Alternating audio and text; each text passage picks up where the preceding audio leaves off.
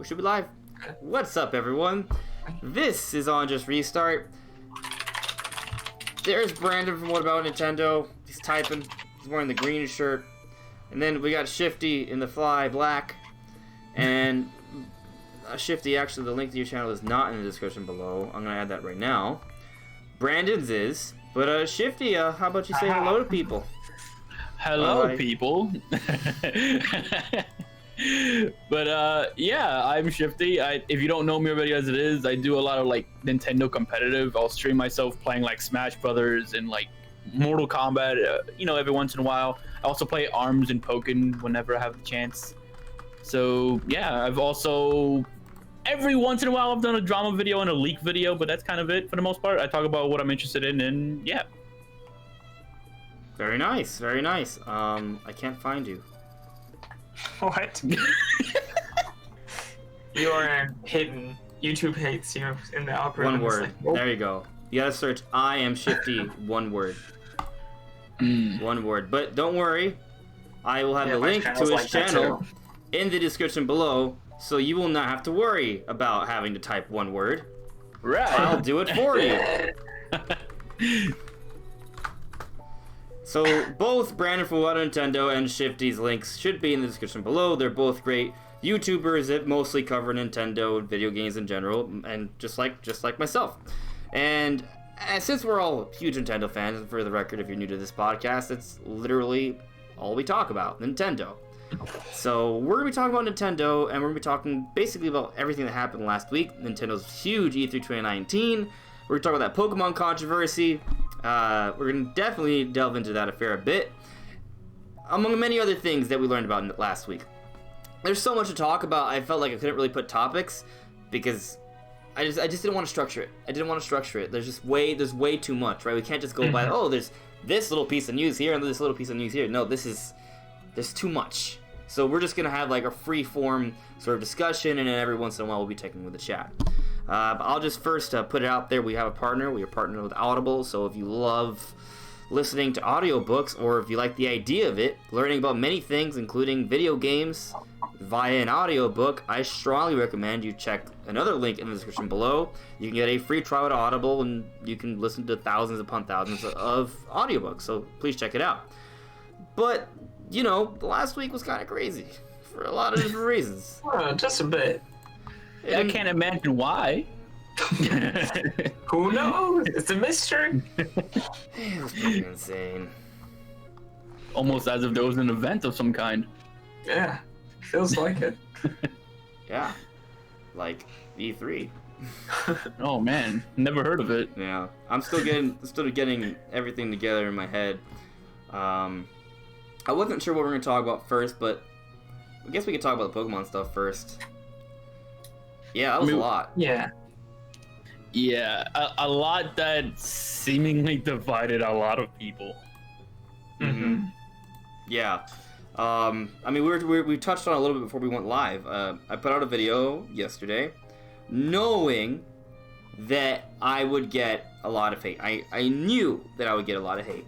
But I feel very strongly that my opinion is very normal. And for those who don't know what my opinion is, it's that the news that the National Dex Pokemon will not be accessible through Pokemon Sword and Shield, at least up to this point, isn't that big of a deal to me. Because what I'm really excited about is how many other improvements they're putting into Pokemon Sword and Shield. This is going to be the biggest Pokemon game ever. It has an open world segment, controllable camera. It looks like there's going to be voiceovers, right? The evidence of the cutscene suggests that. There's more production value to this Pokemon game, more than any other, maybe all of them combined. Like, it's a big deal. This is the biggest show for Pokemon ever, and I'm really, really excited. This is probably going to be my game of the year. And I'm willing to bet that this will probably have it may even be one of the highest reviewed Pokemon games ever. But we'll see once things actually kind of happen, right? There's still a lot to sort of foresee. But regardless, I think it's pretty clear that this game is getting more improvements than any previous Pokemon game. Do you guys agree with me? Do you think that's debatable? Yeah, I agree. I think it's probably one of the biggest jumps we've seen in at least in a long time. Yeah, I think that's fair too. Okay, so, I mean, basically, I'm excited about that, and I think the National Dex thing ultimately is kind of a negligible issue. But before those watching attack me, I'm not saying your opinion is bad. I'm not saying you're not entitled to your opinion, and I'm not even saying you're wrong. I'm simply saying that for me, hey, this is fine. But there's a lot of people out there who feel very strongly about this, that think that Game Freak is slighting them and that they need to bring back the national decks, that it's not fair, that it just makes no sense. How do you guys feel about that? How do you guys feel about this news that there won't be all of the Pokemon in Pokemon Sword and Shield? I don't think it's laziness. I think it was just a decision made in order to get the game out on time. It may not even have been something that was planned at the very beginning. Maybe they ran into some development issues in the mid-middle, and they were like, "Well, we gotta cut something," and so they cut the national decks. That's possible. I don't think it was laziness. I think maybe they could have planned a bit better if that's the case, and maybe hired some outside help in order to get these Pokemon in to get the national decks. But it may have been something, too late in development. It may have been something pretty recent that they were like, oh man, we're not gonna be able to get this done. We gotta, cut the national decks. So we don't know what's happening at Game Freak that caused this decision exactly, except the fact that they said they wanted to get the game out on time. That was something they said during the Treehouse segment. Is one of the reasons they cut it is because they didn't want to delay the game. They wanted to get you out, get Pokemon out on a consistent schedule and things like that. So I don't know if it's laziness as much as possible poor planning. I here's the thing. I was listening to the Game Explain discussion on this. And they brought up a really good point. That Pokemon is like a media empire, right? Like everything that they do is kind of structured. Like the games have to come out at a certain time of the year because the anime is dependent upon it, the trading cards are dependent upon it, the movies are dependent upon it. They don't really have the option to delay the game because that ruins everything, right? Like the anime ends at a certain part of the year, and then the Sword and Shield anime begins anew, right? So if they delay the game, which is the whole canon, right, that everything sort of devolves from, like they can't really afford to do that. So they need to make sure that the game's out at a certain time. And per person, when I just see the amount of things that they're putting into this game, the premise that this is a lazy effort, it's kind of like, if someone works harder than they've ever worked before in their entire life, by a long shot, right? And then you walk up to them and say, hey, you're being lazy. I mean, like, that's kind of what I feel the narrative is for some people that are saying the Game Freak's being lazy here. They're not. But I'm not saying that, that you're not entitled to have these Pokemon. I just think that Game Freak is trying, but they prioritized the advancements, the animation, is the quality of the game, as opposed to just shoving in as many Pokemon as they can. I mean, I do think that it's definitely not a laziness issue. I don't think Game Freak is just kind of resting on their laurels, essentially. But at the same time, there are some things that, from what it sounds like, and it could be, maybe it's not entirely accurate, or maybe it's like exaggerated because, everyone has their pitchforks out right now. So I can totally see a situation where it may not be as accurate as the claims would be. But there's a lot of claims out there saying that Game Freak has like an excess amount of models for each Pokemon. Like I think there's like apparently something like 3 models per Pokemon instead of just having like one model that's kind of like used for different situations or so. I think one in particular that someone mentioned was that Lily from Sun and Moon, instead of having one model that would be placed in these different situations, they just had a ton of different Lily models they just placed all at once. So that way they had like a ton of different models for no reason. So I feel like it's not a laziness thing, but maybe it's kind of like a management thing where like kind of development situations like that, if that's the case, shouldn't be there because that's unnecessary development time and it's unnecessary, I guess, memory wise in a sense, to kind of do that. And they probably would have been able to, implying that that's the case, probably would have been able to have more Pokemon available from the get-go if they weren't doing things like that. Like apparently Dynamax Pokemon and regular Pokemon are 2 different models entirely, for instance. I think that would make sense that Dynamax would be different models. They'd probably be higher polygon count versions because they're so much bigger. That would make sense to me that they would make a different model for that.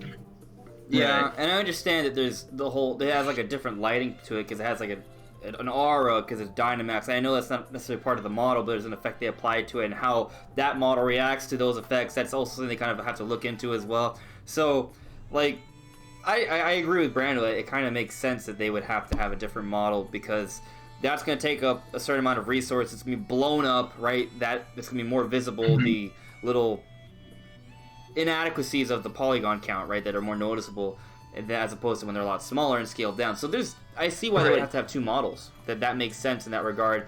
And Shifty, what we've talked about it before, but I do remember hearing something about how Game Freak has developed some games in a weird way where they do have like repeated files over and over, like it's not efficient at all.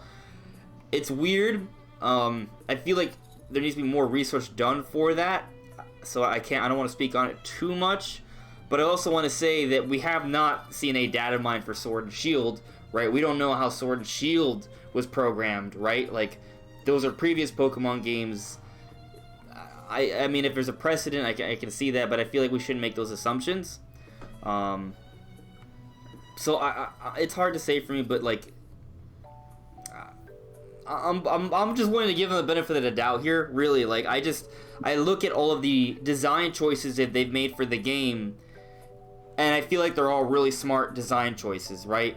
Maybe save for the let's not put in all the Pokemon. Like that's the debate we're having here, right? But everything else, I feel like Game Freak chose very, very carefully. So, for example, roaming Pokemon. I think a lot of people will say, oh my god, roaming Pokemon everywhere in the world, that's amazing, this is a huge step up. But there's also a big group of Pokemon fans that would prefer to have the random encounters. So even though the masses would prefer roaming Pokemon, there's still a big part of the Pokemon fan base that's going to miss random encounters. So what did they do? If you watch the Treehouse footage, you saw how they very seamlessly integrated random encounters on top of roaming Pokemon. So it's kind of a way to satisfy both groups. And what did they? And then you look at what they did with the wild area. The wild area is amazing. I personally want the whole game like that, right? Along with a controllable camera. But what did Game Freak do? They just made it a big section of the game that you can go through, but it's not the entire game. Why do you think they did that? Maybe you can make the argument just so because it's not as much to develop, and that's like the hardest part to develop of the game. Maybe, but also so they can ease in players that aren't used to that style of play, and also so fans can also enjoy the more traditional style of Pokemon outside of the wild area. Like, they're making these design choices that most developers would never do. They have so many different, like, the fan base is so huge. Like, there are some, that are more acclimated towards the modern sort of game, and there are others who don't even know how to use a 3D camera, right? So they're forced to design a game that's appealing to all these different audiences, and I'm seeing the design choices they're making, and I think they're really smart because they're finding a way to satisfy someone like me, who's a really hardcore gamer that wants Pokemon to advance in all of the very AAA kind of ways, right? But then you have I would consider myself a traditional Pokemon fan, but you have a lot of traditional Pokemon fans that really want it to stay super traditional, right? And they don't want any of those changes, so they're finding ways to appease everyone. So when I see that everyone's getting so upset about this and attacking Game Freak, it kind of breaks my heart a little bit because I can see the design choices they've made. I can see how carefully they've been designing this game because they want to make everyone happy. And I can see that this is literally the biggest budget Pokemon game ever. And they're putting a lot of work into this. And now the entire internet is shitting on them. So that kind of breaks my heart to see that. Because I really want to see this game to succeed because I think they really care about the fans. Like, their design choices are more careful than any other developer I've seen. And yet here we have the fan base destroying them. Do you guys see my point? Or Yeah, I understand that. I think one of the reasons we haven't seen Pokemon change a lot is just because the fan base is so split. There's just so many people who, if you change anything, they get upset. But then they also complain that the series hasn't changed, and they'll be like, oh, the series is the same that it's always been. But they also want you to change it. But they also don't. And it's like confusing because not only is there kind of 50-50 on if people want changes or not, in those groups, nobody can decide which changes should be made or which changes should be kept the same. It's like every single person has their own version of how Pokemon should be that's different from everybody. Sure, there's other people who agree with them, but there's usually something slightly different that they want, and it's just too much. They can't. I'm surprised that they've been able to come this far just because it's so controversial. And literally anything they do is a controversy. With most series, it'd just be seen as a natural evolution. But with Pokemon, it's like, nope, this is actually the worst thing ever, and you are horrible. So I feel like you see my point, but I just want to highlight the fact that I feel like Game Freak is so careful about the choices they make because they're trying to appeal to the different parts of the fan base. And the irony of it is that here you have this one choice they made because they wanted to ensure a higher quality of the game. I'm going to take their word for it, right? Some people will argue otherwise, but I'm going to take their word for it on that. And everyone's attacking them. So it's just, do you guys see the irony in that? That at least when you look at the design choice, it seems like they care so much about what every Pokemon fan thinks, and yet you have this one thing that they decided to do that's pissing off a surprising amount of people. Mm-hmm. Am I the only one that finds that ironic, or is it? No, I understand. How do you feel, Shifty? I mean, I want to say, like, I half agree with you guys. And I agree in the sense that it's not necessarily a situation where Game Freak is like this terrible thing, and that this one, the lack of the national decks is something that ruins the game as a whole, like a lot of people seem to be saying. I don't think that's the case. I'm disappointed about the national decks thing too. Don't get me wrong, but it's not enough. Let me just cut you off for a quick second, because I've been on the side of Game Freak this entire time. I just want to make it clear. When I was watching a treehouse, I saw Masuda's face. You could see, if you paid attention to his face, he knew that people were going to be pissed off about this when he was saying. He was saying it very slowly. He had a very grim demeanor when he was saying it. And when he said it, I was like, oh, that kind of sucks. But then I look at the open world Pokemon game, I was like, okay, but I see why they're doing this, trying to make this game amazing. But just continue on with your point. Right. I was just going to say that, it's not something that breaks the game for me. Because I guess you could say, like, I'm a very casual Pokemon player. Like, I pick up the games, I play them, I enjoy them, I collect my favorite ones. I'll train them to a certain extent, and then for the most part, I'm done with them unless the end game content is not competitively, like, focused. So I guess you could say, like, I'm a casual player, so it's not something that really breaks the game for me necessarily. But I do also think that it has to be, to an extent, a matter of, for one, I think it's a crunch time thing. It's definitely like a game, like you said, you can't really delay it because there's so many things tied to the games that you can't really afford to do that. So it's definitely going to be a crunch time thing. They only have so much time to do what they have to do.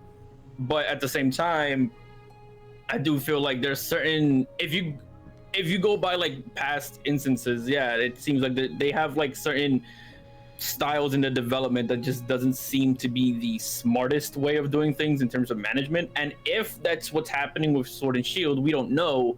But if that's what it is, then they kind of need, like, I guess, new people to come in to know how to handle these things better, or to kind of deal with them a little better. So let's focus on that. It's partial, like, I would say, like, it's partially Game Freak decision making in a sense, but it's also kind of like them doing something just that I think is not necessarily the best decision, if that makes sense. So I would say that the circumstances that they're in, Game Freak made the right decision in terms of having so many Pokemon, because they're prioritizing the quality of the game, I feel. But that's because of the situation they're in. You can make the argument, I think this is to your point, Shifty, that they're not in a good situation. Maybe the manner in which they are developing things does create some issues. Like, Game Freak makes a Pokemon game every year, right? So they don't really give themselves like much rest period, right? I know they have multiple teams, but it's just like they jump from one project to the next to the next to the next, right? Like, I can see how like that might make it harder for them to transition and sort of kind of look at how they're developing things and modify it and make it more efficient. But I also see people, and we'll get to chat in a moment, but I noticed a couple comments saying that they should just make the team bigger. But that costs more money, and you have to bring in people who are not a part of the fold, and the more and more people that are part of the team, the harder and harder it is to oversee and make sure it's a more consistent direction, right? So I don't think it's necessarily as easy as saying, hey, we have to just hire more people.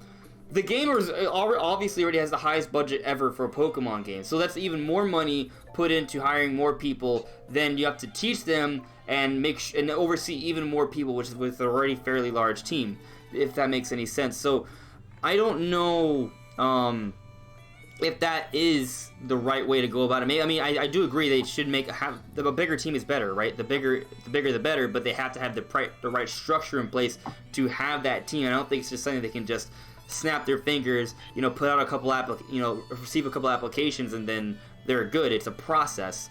So I guess for me, I'm more sympathetic to the Game Freak team because I understand that it's not that simple.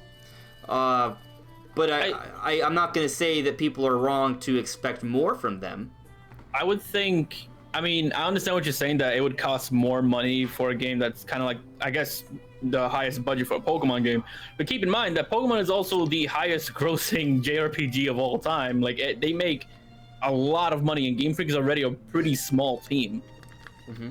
Like, they can, it's not a situation of like, oh, we're talking about an indie studio and they don't have the funds to be able to do that. Also keep in mind that there are a lot of other game companies that have a much larger team than what Pokemon does and spend a lot more money than what they're doing for Pokemon Sword and Shield. I think like the highest budget for a game was like 500 million or something. Mm-hmm. Like, I highly doubt Pokemon's hitting anywhere near those numbers for Pokemon Sword and Shield. And I feel like if the problem that they have is basically crunch time because they have such a small studio working on a Pokemon game every year that it creates problems like this, then someone has to make a decision and up that budget. Especially, keep in mind, even Nintendo themselves has said this at one point when they went from the Wii generation to the Wii U.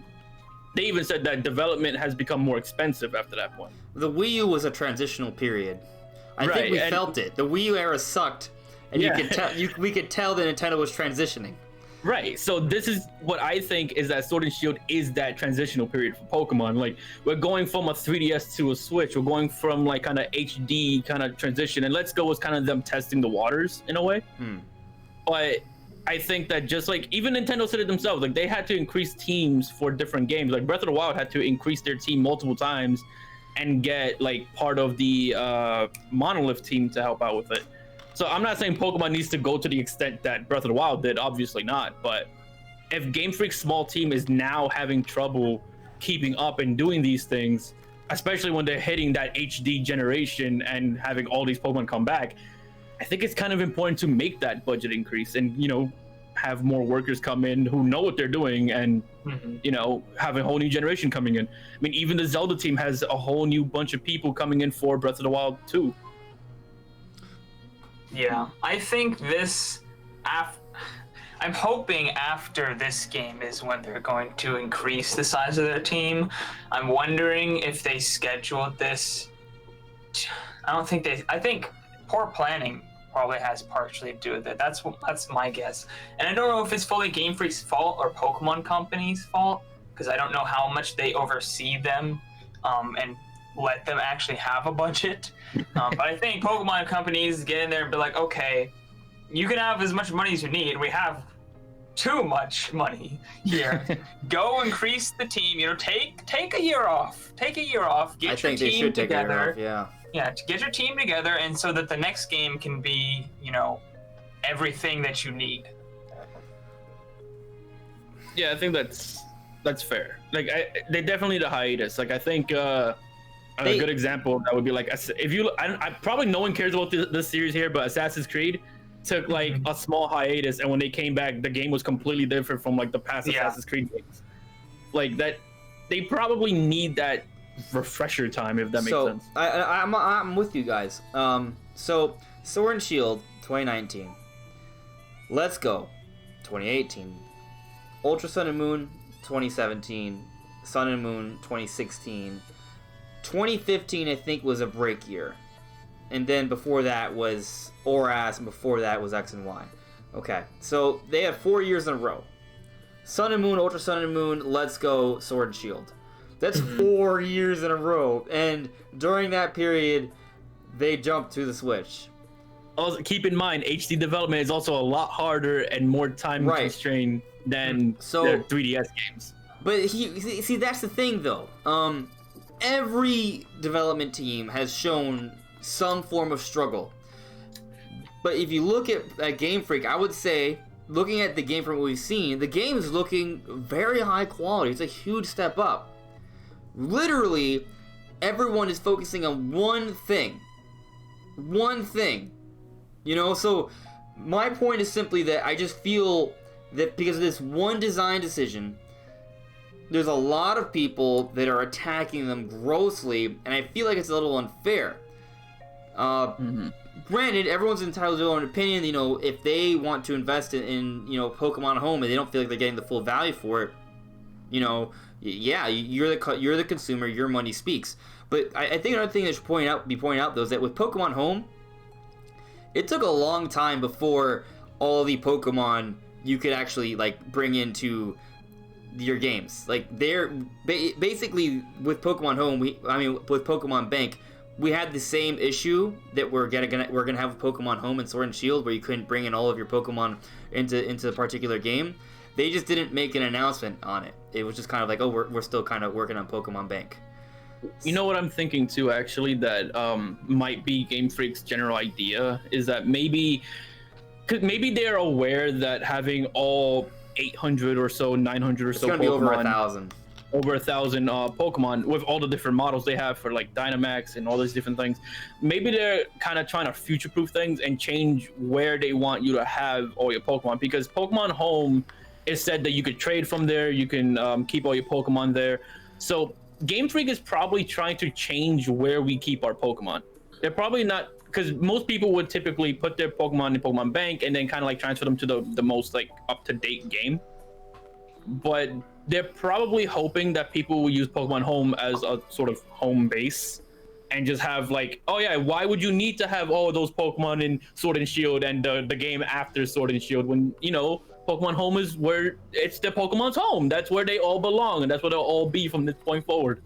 So the thing with Pokemon Home, though, how is the UI going to be? Is it just going to be like the names and maybe a little like picture, or is it going to be like a 3D model you can like look around, maybe interact with? Like, we don't know how extensive Pokemon Home is going to be. Like, we know we're going to have Pokemon in there. It's going to be able to hold every Pokemon to be able to communicate with basically any relevant Pokemon game forevermore.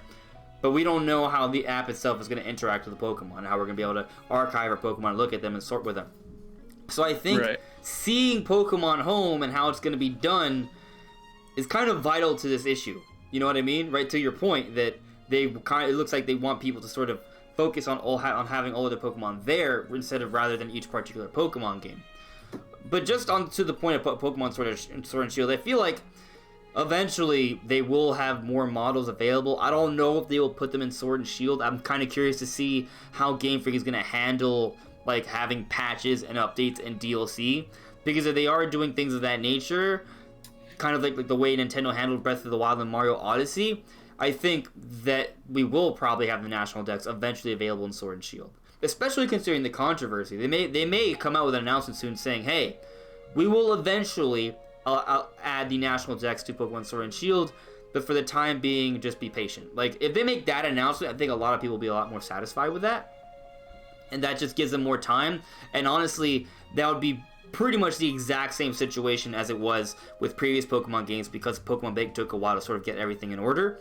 I think that might be the happy middle ground here, or at least the best way they can solve the problem. Just make an announcement saying that we will eventually patch them in. Yeah, they could probably do that, and I do think that some people would still be unhappy with it just because they would want like the whole, oh, I don't want this to come down the line. I'm tired of getting stuff added, down the line. Well, that's impossible. There's literally no way that they're gonna get what they want at this point. Right? Yeah, they're not gonna get that now. That's definitely going to be the case. But I just think that Game Freak. I would prefer if Game Freak just kind of told us outright, like, hey, they probably can't. Maybe be something with Pokemon Company that they don't want them to just be like, yo, we don't have time. That's why we couldn't put National Dex, or maybe because of crunch time or something. Because that probably would just sound bad, and Pokemon Company probably doesn't want that.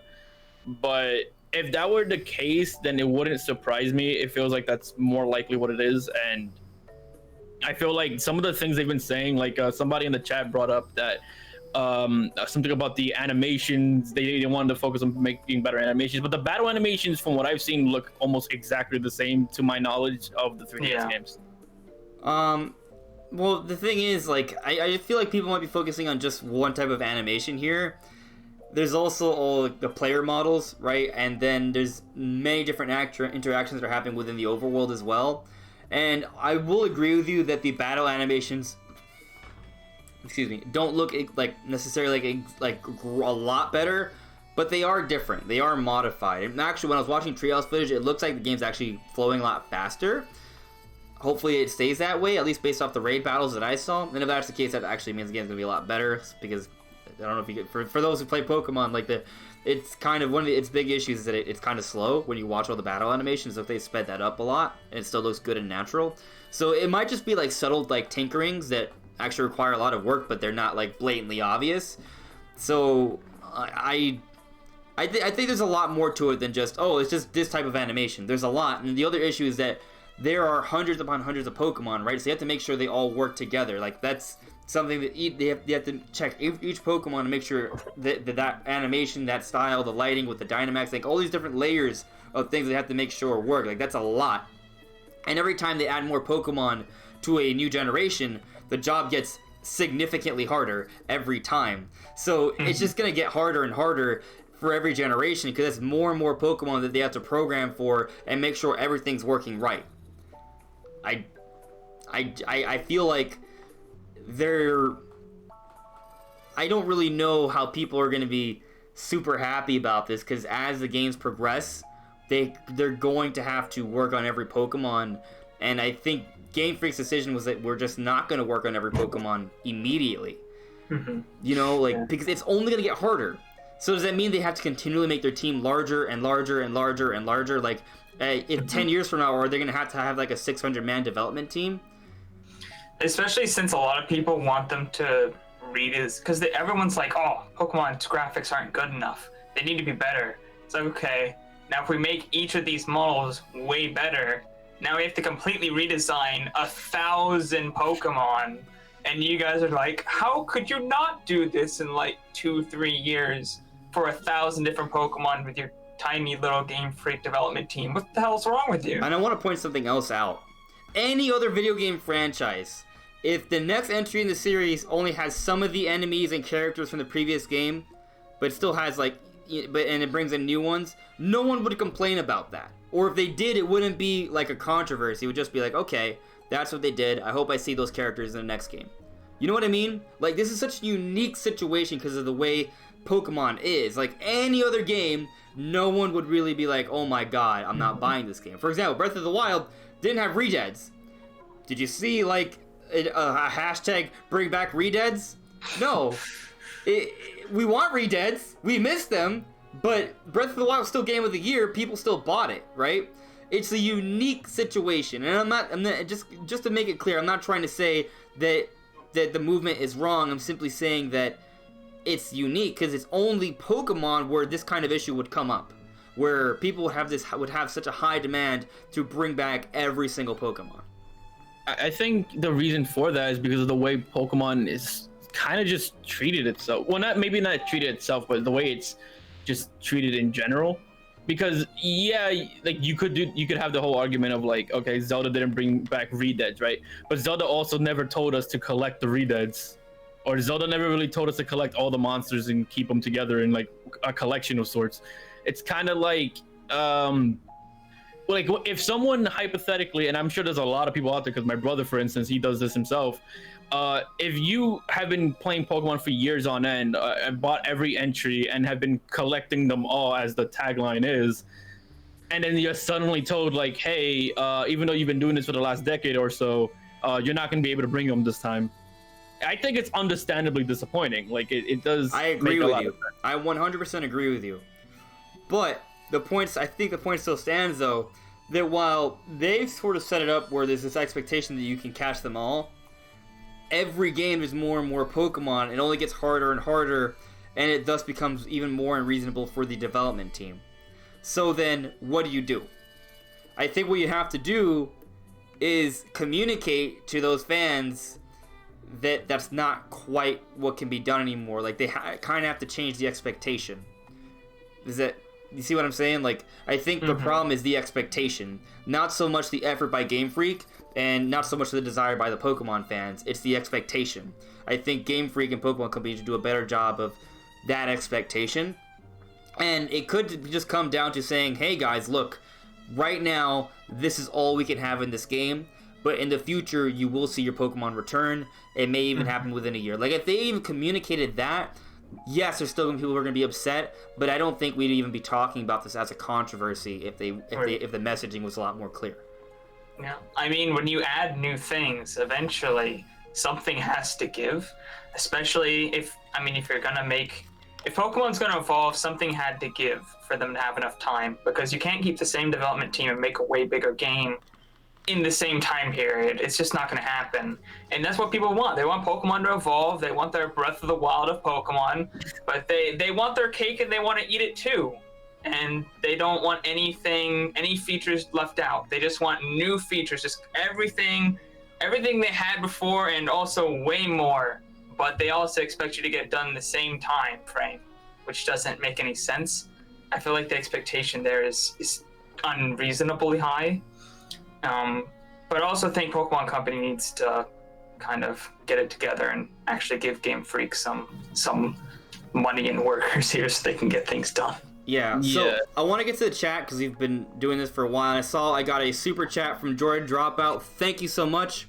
He said, I'm not lurking anymore, dope podcast. I saw you made some really good points in regard to the discussion, so I'm going to get to it in a bit. I just want to kind of like run through the chat because I have not referenced the chat at all yet, right? Normally we've already referenced the chat. We're 35 minutes. We're 35 minutes into the discussion already. So hello there, Super Chris. Hello there, Sabbath64. Mastermind, how you doing? Phantasm Wolves, he's saying, I'm glad Banjo because we made it. Not too big on Hero, but powers seem interesting. I'm actually, when I first saw Hero, I was like, okay, where's Erdrick? And then we saw that Erdrick is there. In fact, they gave him like a bit of a focus, which I'm really excited about. We're gonna talk about Smash in a bit, so I was pretty happy about it, but I would have been disappointed if I didn't see Banjo. I'll be real with you, but because Banjo is in it, I'm like, okay, cool. And we get this Hero dude, which looks pretty cool as well. And I'm actually interested in Dragon Quest XI's now. And I think the marketing, the way they seamlessly transitioned the Smash trailer into the Dragon Quest trailer, it really helped to sell me. What else is going on here? Brennan, hello. I'm still excited for the games, but we shouldn't be defending Game Freak cutting corners. This has been happening for years, and it's just getting worse now. You see, you're still excited for the games, but, Game Freak cutting corners. I'm trying to decide how I feel about your point here. So, I'm not sure how I feel about this. I'm trying to decide. Is it? Do you guys agree that it's just been getting worse and worse? There is always little decisions they make that are really weird and awkward. I'll give you that. I'm just trying to decide if I would have to like look back. I was happy with Sun and Moon. I thought they did a good job with that. I was not interested in Ultra Sun and Moon, and I actually will say that Let's Go was a bit of a disappointment for me. So maybe you're onto something here, but I feel like with Pokemon Sword and Shield, I wouldn't describe it as cutting corners. They made that one decision that everyone's hating on. I guess that's like the one big thing, but everything else about the game has me so excited.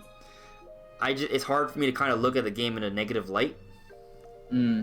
I think cutting corners, it probably just sounds like it just sounds more negative than what I would describe it as, but I do think it's semi-accurate, because if you think, like, my whole point was that I think Pokemon Company needs to give more resources and that, or give Game Freak more time on these games in general, and Game Freak is doing the best they can with the time that they have, and maybe some people feel that they're cutting corners in order to do what they can with that time.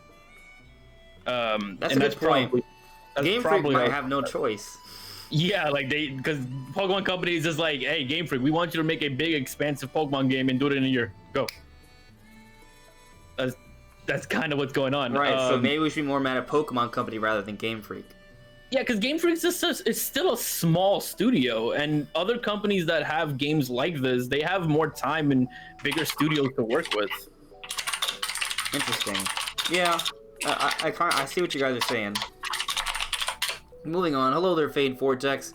Monolith 64. Pokemon Company only cares about money, and they don't care enough to increase Game Freak's size. So I like that you distinguish between Pokemon Company and Game Freak. And this is earlier on in the discussion, so he's already on that wavelength where Pokemon Company's the bad guy, Game Freak's the good guy, but they can only do so much. All right. Hello there, Vilbeard.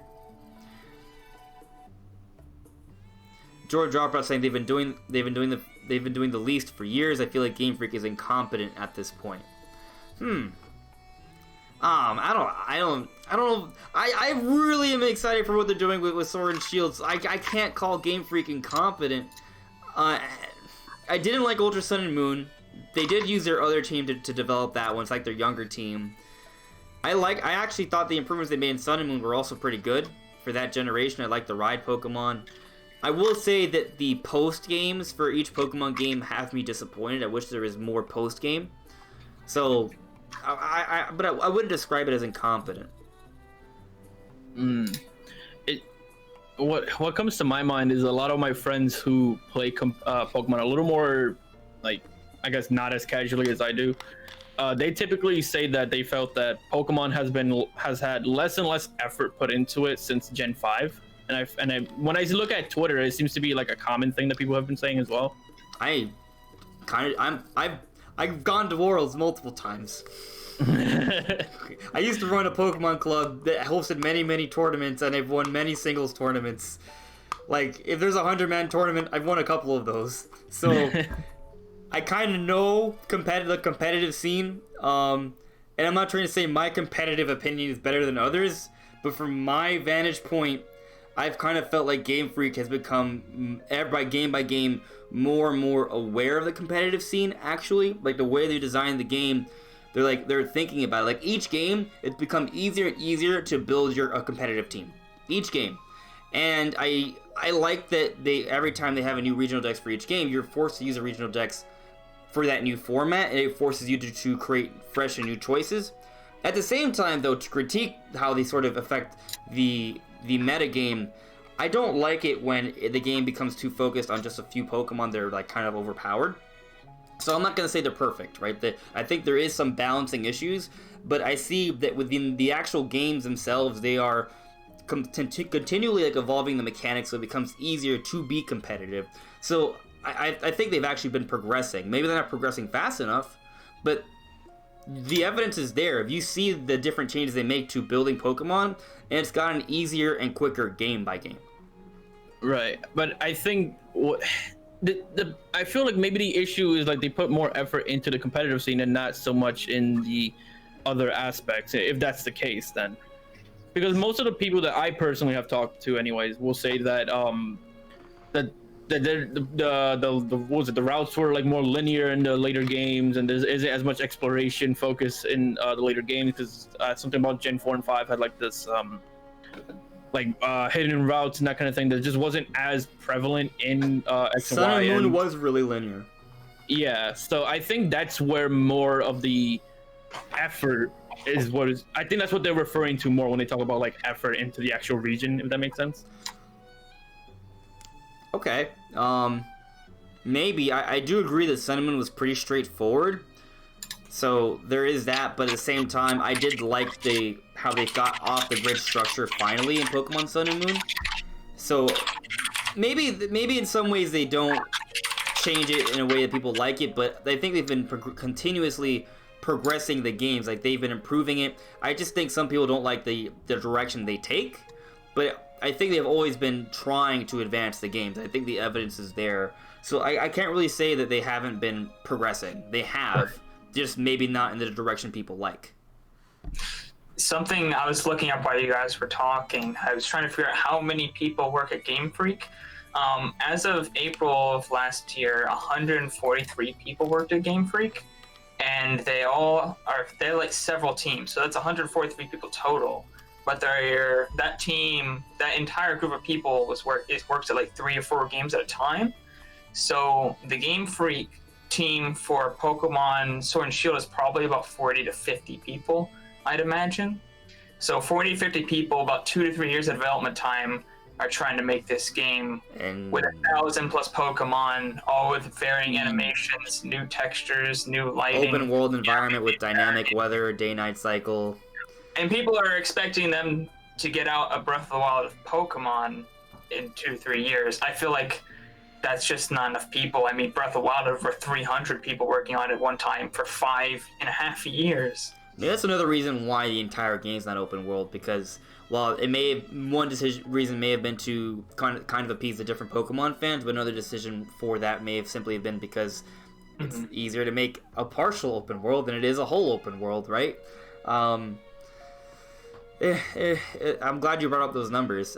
I would agree that's a 40 to 50 man team for an open world AAA adventure is very small. Yeah. Right? Yeah. So, I mean, I guess I'm at least willing to concede that they do need to get a bigger team. There's a higher expectation for Pokemon now that it's on home console. They are transitioning, Shifty, as you brought up earlier. This is a transitional period, and I guess seeing how the amount of Pokemon that are going to be in Sword and Shield and it not being as much as people would have liked all of them, is probably a growing pain. Hopefully it's just a growing pain and not just a trend, because if it becomes a trend, people may be very upset, which... to that point, I'll say I think the movement is good because it's sending a message to Game Freak and Pokemon Company. Hey, people aren't going to take well to this. Maybe you should handle it a little differently.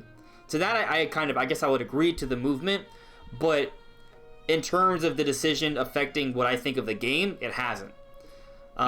So that's kind of where I'm going to stand on it for now. Where do you guys kind of stand on that?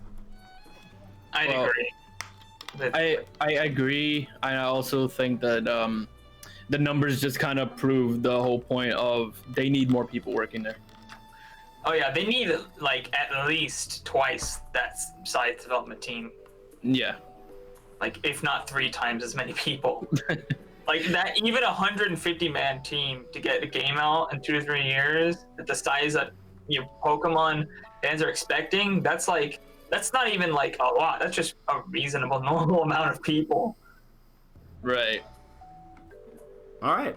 I feel like we made some progress in this discussion. I think we came to a good common ground here. This is controversial. This is controversial stuff. Yeah, common ground. Hire more people. Yeah, there you go. There you go. But don't shit on Sword and Shield too much because it's a great game. Yeah, it's not enough to make me not play it. So I'm still gonna get it. I'm so excited for this game. But let me continue on with the chat because there's still a lot to talk about here. So Brandon is saying that the animations are a joke. The Pokemon don't even touch when they attack. That's a good point. Actually, I really wish they was more like Battle Revolution. It had more impressive animations, and that was a damn Wii game. That is something that I will say, yeah. But how many Pokemon were in that game? That's the question. Battle Revolution, I believe, was up to Generation 4. So 4.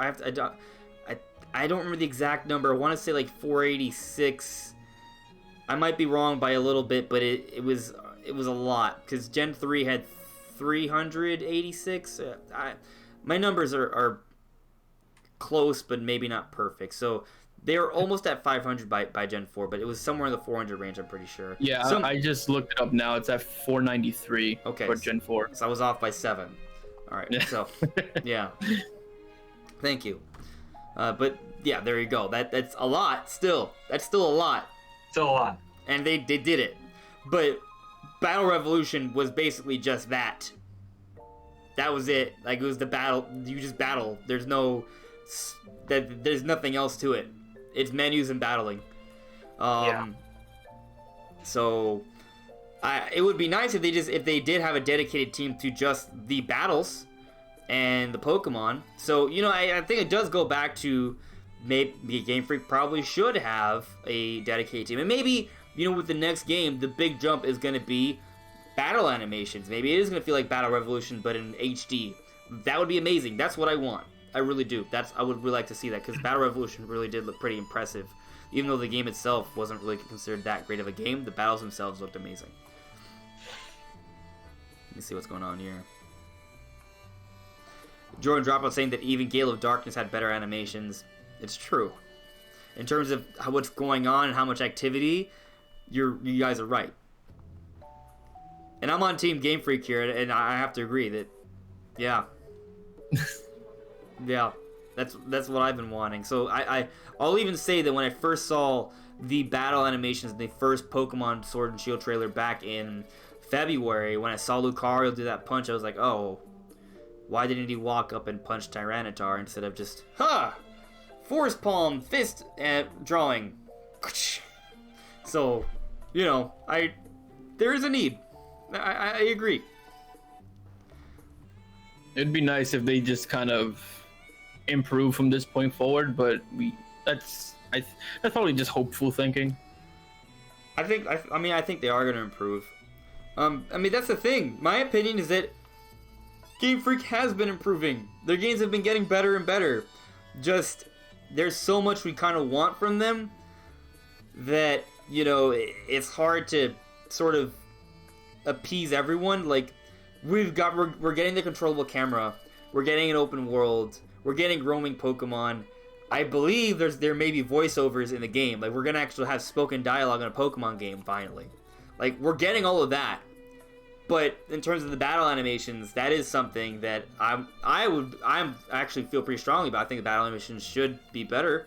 When you compare it to like Battle Revolution, it doesn't look that good. And then a lot of people want more Pokemon, and there's not as many as there should be. So there's things that are improving upon, but there's others that people feel like they need to catch up on as well. Right. Yeah. Jordan Dropout, he added me. Can you list these design choices? I know I sound super negative, but I don't see any. Design choices. Because I know he asked me earlier on in the discussion. The design choices that Game Freak is making that I think are smart and appealing to multiple parts of the Pokemon fan base. Well, I talked about earlier, like, the roaming Pokemon, right? Like, there's roaming Pokemon all throughout, but there's a big part of the fan base that prefers random encounters. If you watch the Treehouse footage, they show you that there's roaming Pokemon, but also within the wild grass, there's still random encounters. They're both kind of intertwined with each other in terms of how you catch Pokemon and find them in the overworld. That's one way. They're appealing to both types there. And also, the battle area is a open world environment, but it's not within the entire game. When you explore the normal towns and stuff, that still functions like previous games. So they have the two different playstyles within the game. That's appealing to the two different sides. The ones that prefer a more modern style, and then the ones that want a more traditional style. So I see them making these careful design choices in that way. I think that is kind of evidence to, you know, that they are very cautious of what their fans want. I think Game Freak has always been very cautious of what their fans want. If you listen to their interviews, they're always thinking about, okay, we want to make advancements, but we can't just straight up create like an open world MMO that does all these crazy things, because that's not necessarily what all Pokemon fans want. Like, if you go back to the interviews that came out shortly after Pokemon Let's Go Pikachu and Eevee, there were a lot of questions asked about, oh, how would you feel about making a Pokemon game like Breath of the Wild? And they say, well, you know, I like what they did in Breath of the Wild for that game, but that's not exactly how we would handle it in Pokemon Sword and Shield. But at the same time, there were rumors that they were inspired by it at the same time. And I feel like what we're seeing with Pokemon Sword and Shield is kind of like, there are elements that I think seem like they were taken from Breath of the Wild, but at the same time, they're holding back in ways and still appealing to the traditional fan base, I think. So hopefully that kind of answers your question. I hope. Snowman, why aren't we talking about the important topic? That is Nisa. Yo, I think Nisa she's definitely in running for one of the better waifus from Sword and Shield. I mean, what competition is there? What's her face? The girl with the orange hair. Yeah, so I'm gonna like rephrase the question. What competition is there? Oh, I thought she was cool, man. Well, I can't remember her name. So there's that. What's her name? She's a professor's daughter. Sonia. Yes, Sonia. Yeah. I was gonna say Serena, but that's an older character. Oompa Moyo, hello. There's a lot going on in the chat, guys, so I can't really keep up with it. So if you guys want to ask any other questions, just add us. But I'm gonna move on with the discussion here. What next? Is there anything else you guys want to add in terms of this Pokemon controversy? you want to just talk about Pokemon, or do you want to talk about anything else happening at E3? Because we are 54 minutes in, and we haven't touched anything else. Yeah, that went on we had a lot to say to that. I was surprised. That was just a controversy, right? We didn't even just talk about Sword and Shield. Like, we really did. Like, we kind of did. It probably helped that I was like on the opposite side of the fence for the most part. Mm-hmm. Oh, it's a debate. Yeah, exactly. Yeah, good. That's why. Some good insight on that, so it's good. Right. I mean, if anything, I'm sure throughout the whole E3 hype, there was something other than Pokemon that caught your eyes. Oh yeah. I mean, if we wanted to, we could just jump into Zelda. We could just never talk about literally any other topics but Pokemon and Zelda. The whole discussion. So maybe that wouldn't be a good one to bring up next. Maybe, I don't know. Yeah, probably. I mean, I don't even know how to start with that in particular. To be fair, like the most of what I've gotten from that whole Breath of the Wild sequel was there's a lot of hand symbolism, and that's what I've gathered. Like there's so many scenes of close-ups on hands and a hand inside of Ganon's chest, and you're right, there are. There's so many hands. Yes, so many close-ups on hands. You might think. This is the title. It's gonna be Legend of Zelda: Pedicure of the Wild. Hands of the Wild. Hands of the Wild. They just give us like hand-to-hand combat. There you go. No swords. It was CQC. I was looking in the chat, so I'm gonna assume you guys are talking about Breath of the Wild too. Yes. Yes. Okay, we figured that we would go from one big game to another big Okay, game. good, because the problem with talking about Breath of the Wild 2 now is that may dominate the entire discussion. That's what I would. Okay. But we're gonna talk about it anyway, and at some point, we'll have to cut us off, and maybe we'll end the discussion. I know for a fact we're gonna end the discussion talking about Zelda. I'm telling you that right now. But let's talk about it anyway. We're gonna talk about it right now. All right. So, it's gonna be the best game ever. Confirmed. No. I'm not. I mean, I realize it sounds like I'm joking, but I mean it. Now let me explain. Go. I want to play devil's advocate as well with this. All right, you're still wrong. All right, so let me explain why Breath of the Wild 2 is gonna be the best game ever. Breath of the Wild 1, right, was Nintendo's first open world effort. Let's put that into perspective here. That was their first open world effort. Okay, so they're gonna have learned a lot from this experience.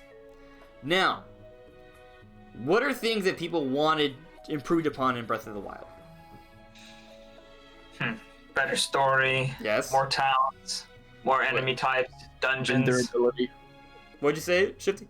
Weapon durability. Weapon durability. Okay, so those are the 5 things. You guys ready? All right. Ready. So firstly, the entire first trailer for Breath of the Wild 2 is a story trailer.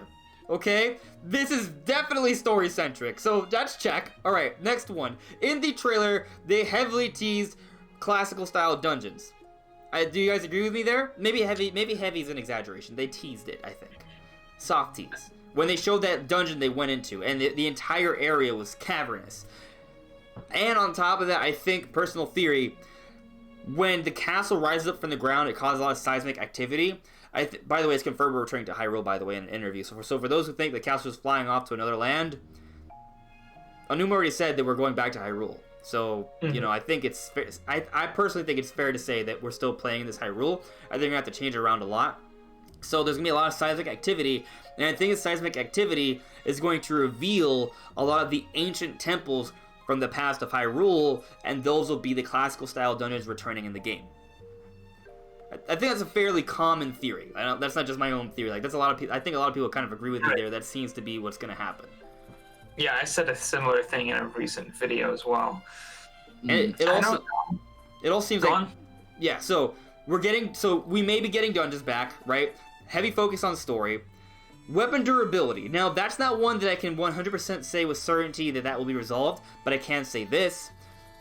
That trailer seems like a beginning game trailer or early game trailer, and from the get-go, Link already has the Master Sword.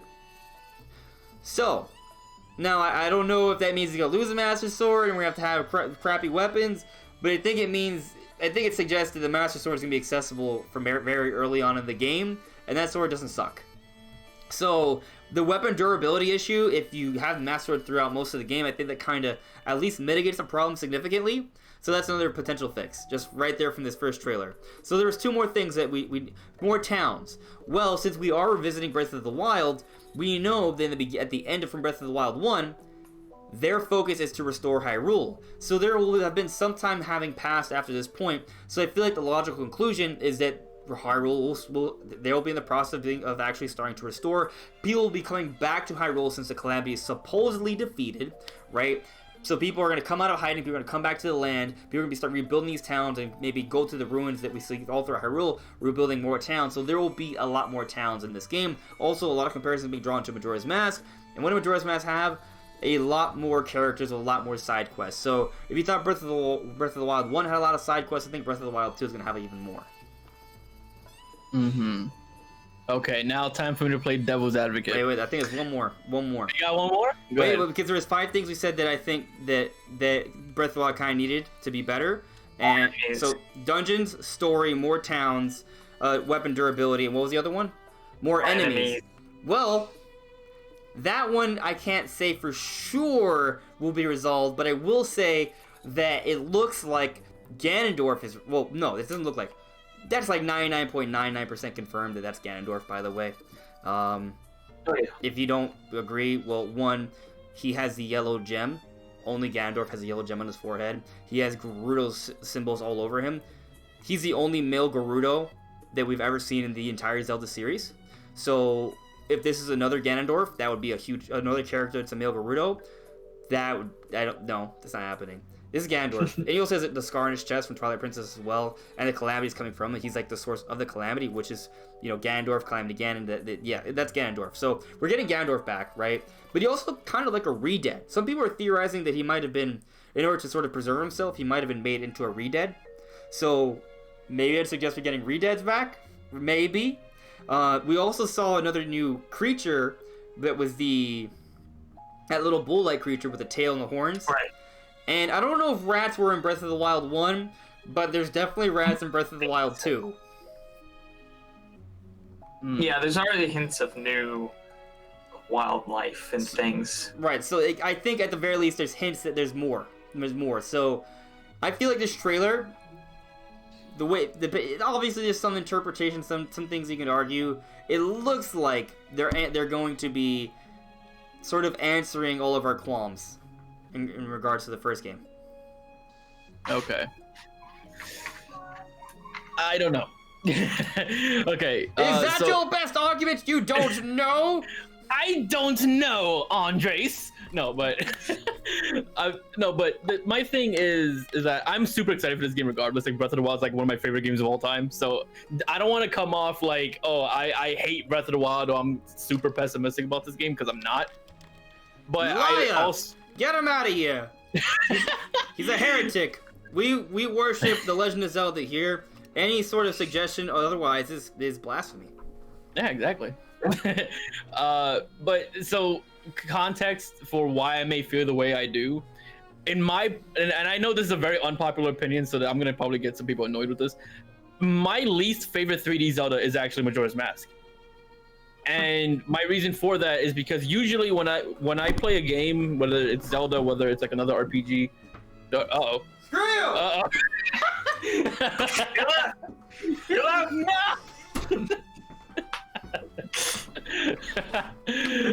Oh no! I'm good. I'm just joking.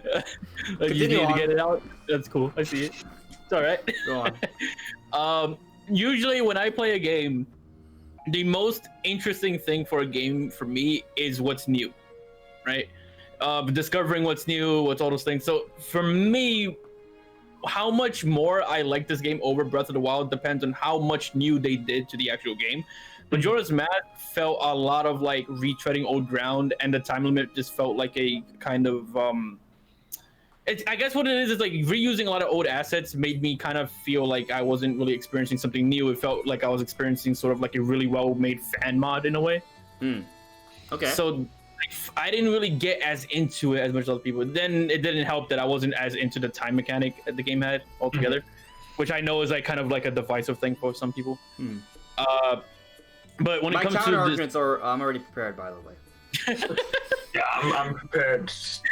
You're about to get destroyed. Oh no! But when it comes to this Breath of the Wild sequel, it depends solely on how much is different exactly. And I already know there's gonna be a lot different because it's not like they're literally just, copy and pasting the whole map and just, doing nothing with it. Like I know there'll be something different. Yeah. But for me, the experience of going into Breath of the Wild for the first time, experiencing that Hyrule for the first time, if most of it feels the same to me and it's just like a couple of things different, like a new town here and there, then I'm still gonna like the game, don't get me wrong, but I'm gonna feel like compared to playing Breath of the Wild for the first time, I'm gonna feel a little like it's not as interesting for me. I think that's actually a valid concern. I really do. Yeah. So, joking aside, right? Like, I think that's a valid concern, and you bring up a really good point because Onuma basically he did confirm we're going back to Hyrule. We're exploring the amazing Breath of the Wild world. But that's the thing; it's the Breath of the Wild world. So, what are they changing? The first point I want to address, unless there's anything else I want to add before we go on our massive counterattack. Okay, well, most of the problems that I had that people had with Breath of the Wild, I didn't really have too much problems with. The only thing I wasn't too crazy on was the lack of dungeons, which it does look like this sequel's gonna have, which is a good thing. That's a plus for it. And I know some people had a problem with the weapon durability, but I liked how the weapon durability was. The only thing I felt that could have been better was having some kind of repair tool item. That would have been good. That's like the only thing, but in terms of like the system as a whole, I don't really have a problem with it. They just needed some way of like go to a blacksmith and repair the weapons you have, or bring repair hammers, like if it was like an Elder Scrolls game or something, and then something like that. But they didn't have any of those things. I actually really enjoyed the weapon breaking system too, because like if you use the weapon breaking to your advantage, it's kind of like, oh man, it's like think about like if you're in a fight in real life and how it could be really hectic, like you grab a frying pan, you throw that, like, think of it, like, imagine, like, a fight for your, like, just imagine those random action movies you watch, right? Like, they use anything they have in the kitchen, and it's one weapon after another, and that's kind of like what Breath of the Wild does, right? Like, oh man, this staff broke, what's next, oh, this is rock, okay? Like, stasis, boom, or, oh, there's these bombs, let's just blow them up. Like, it forces you to kind of cycle through different, like, offensive options and get, like, think critically throughout the battle. So I actually thought the weapon durability system added to that. It complemented that thinking, right? You're just using the world to your advantage. I like that. So it's going to be interesting to see how they address those complaints, if they address those complaints. Right. Like, honestly, if they didn't do anything with the weapon durability system, I guess to an extent would slightly disappoint me, but since I already like the system as a whole, I'm perfectly content with it. I do think they need to improve the battle system more. Like, give Link more. Remember when we first saw the flourish? It was like, oh, that's really cool. Or we're gonna have more slow time things like that. Like, okay, there's a flurry rush combo. What about other combos? Like, I would like to see them evolve his combat mechanics a little bit more. Right. And keep in mind that as someone who 100%ed Breath of the Wild, if I'm 100%ing this new game and most of it feels like the same world, I'm gonna be very, When you say 100%, do you mean you got all the Korok seeds? Yes, I did. You monster. I haven't even gotten all the shrines yet. I got all the shrines. I completed every single side quest in the game. I got all the Korok seeds. I've discovered every location. I did everything there is to do. The only thing that I didn't do was get all the Korok seeds. I got a lot of them, but nowhere near 900. I did everything else, was 100%ed. I've replayed I've had multiple playthroughs of the game. One thing that I haven't been doing lately, but I've done, is that I have a separate play file where, you know how people try to speedrun the game? Well, I have that set up, so it's really hard because when you don't beat the Divine Beasts, you have to fight the bosses from them in Ganon's castle. So it's actually like a boss rush mode naturally, organically in the game. So when you rush to Calamity Ganon from the beginning of the game from the Great Plateau with basically nothing, you have to fight 4 bosses in succession before fighting the final boss with no clothes or weapons, basically, or just what you find on the way. Yeah, exactly. So I have a save file where I'm just saved right before you fight all the bosses with barely any armor or clothes or weapons, and whenever I'm like, okay, time to test my mettle, I go through that gauntlet. I have not beat it yet. I don't know, like, I think the only thing I have left to do is just beat Master Mode, if I remember correctly. Because I just by You the beat time all that the came DLC, out, right? then. I'm assuming you did. What's that? I'm assuming you beat all the DLC. Yeah, I did. The DLC wasn't even hard. Like it was mostly just a straightforward thing for me. I thought it was challenging. I didn't think it was like, oh my god, I can't stop this. Well, actually, no. The sword trials that were challenging. Master Trial was challenging. Champions Battle was fun. It wasn't super hard, but it was like a little challenging. And I thought the Master Trials was challenging until I realized I didn't have to kill the Lionels. Like I didn't have to do it the hard way. Like whenever I find a Lionel, I'm like, okay, I have to fight this the hard way. But you can just shoot an ancient arrow at it and eliminate it. If you refuse to use ancient arrows, I would say the Master Sword Trial is ridiculous. I actually fought every Lionel just normally because I had because in order to 100%, you have to fight like one of every like boss like enemy on the map in every location. So does that include the Master Sword Trial? Yeah, the Master Sword Trial just made like because I got so used to fighting the Lionels from doing that and then doing the Master Sword Trial, it just felt like I already knew every single way to dodge him, every pattern he would do. But the problem though is that the final fight, it's not just the Lionel. There's a whole army of other bokoblins on horses chasing you. Yeah, but they're super easy because the Lionel doesn't notice you if you don't step forward. Okay. So I just waited for them with an arrow and just... There you go. There you go, guys. You got Shifty right here, man. He knows what he's talking about.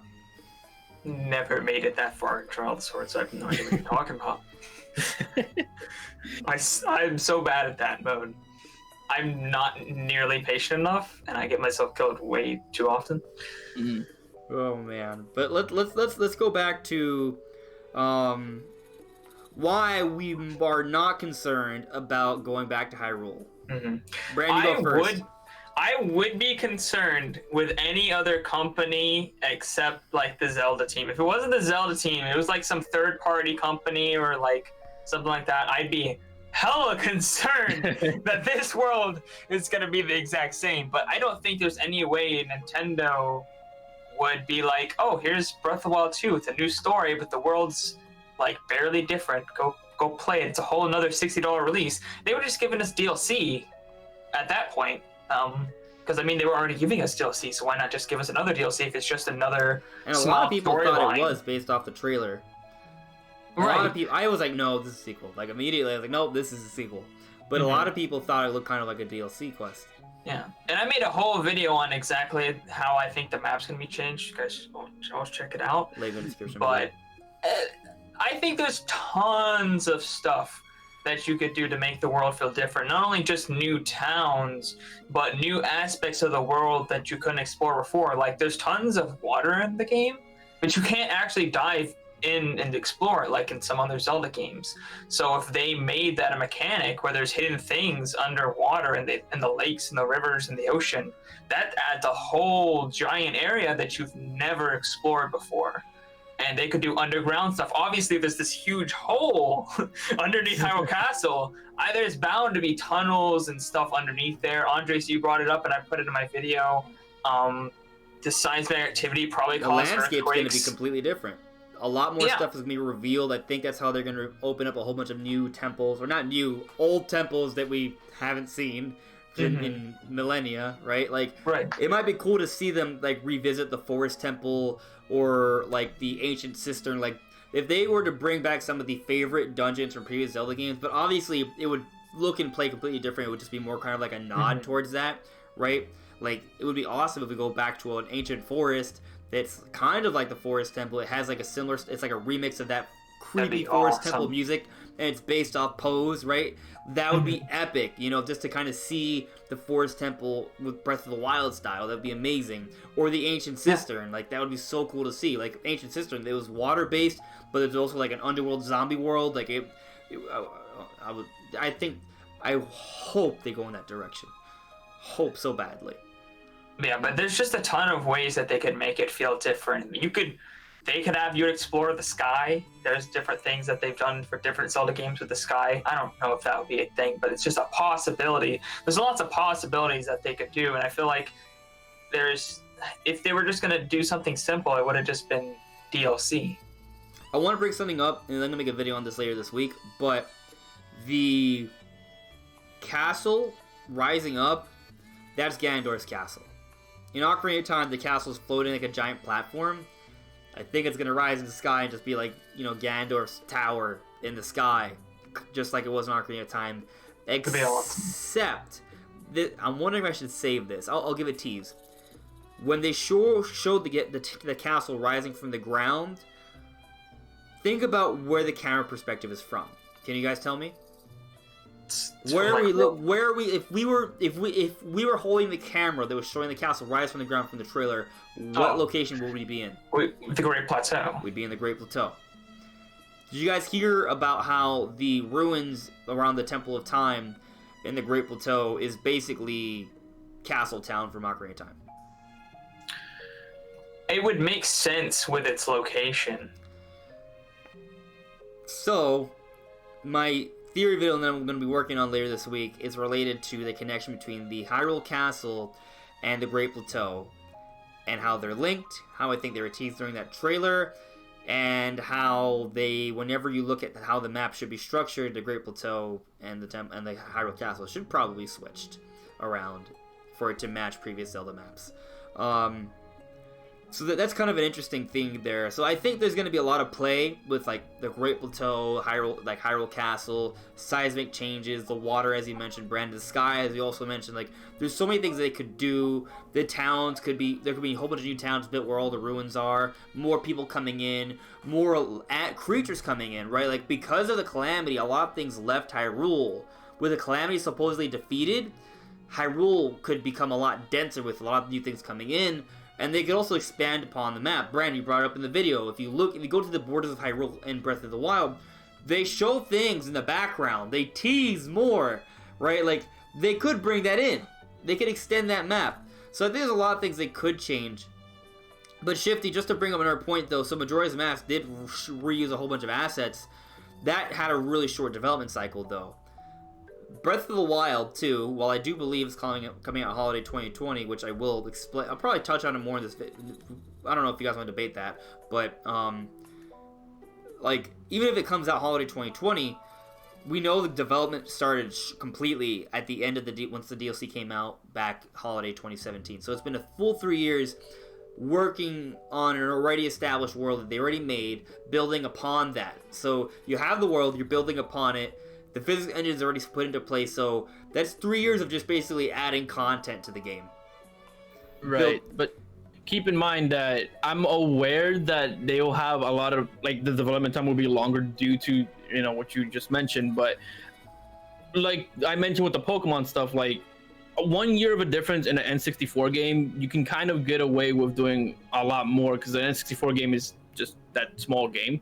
Breath of the Wild, we're talking about like a much larger project, like years down the line, that on a much like more demanding system and whatnot. So 3 years, yeah, you're gonna be able to do a lot. But my issue necessarily isn't that there will be a lack of new things. It's more of how much new will there be compared to the base map that we have already established.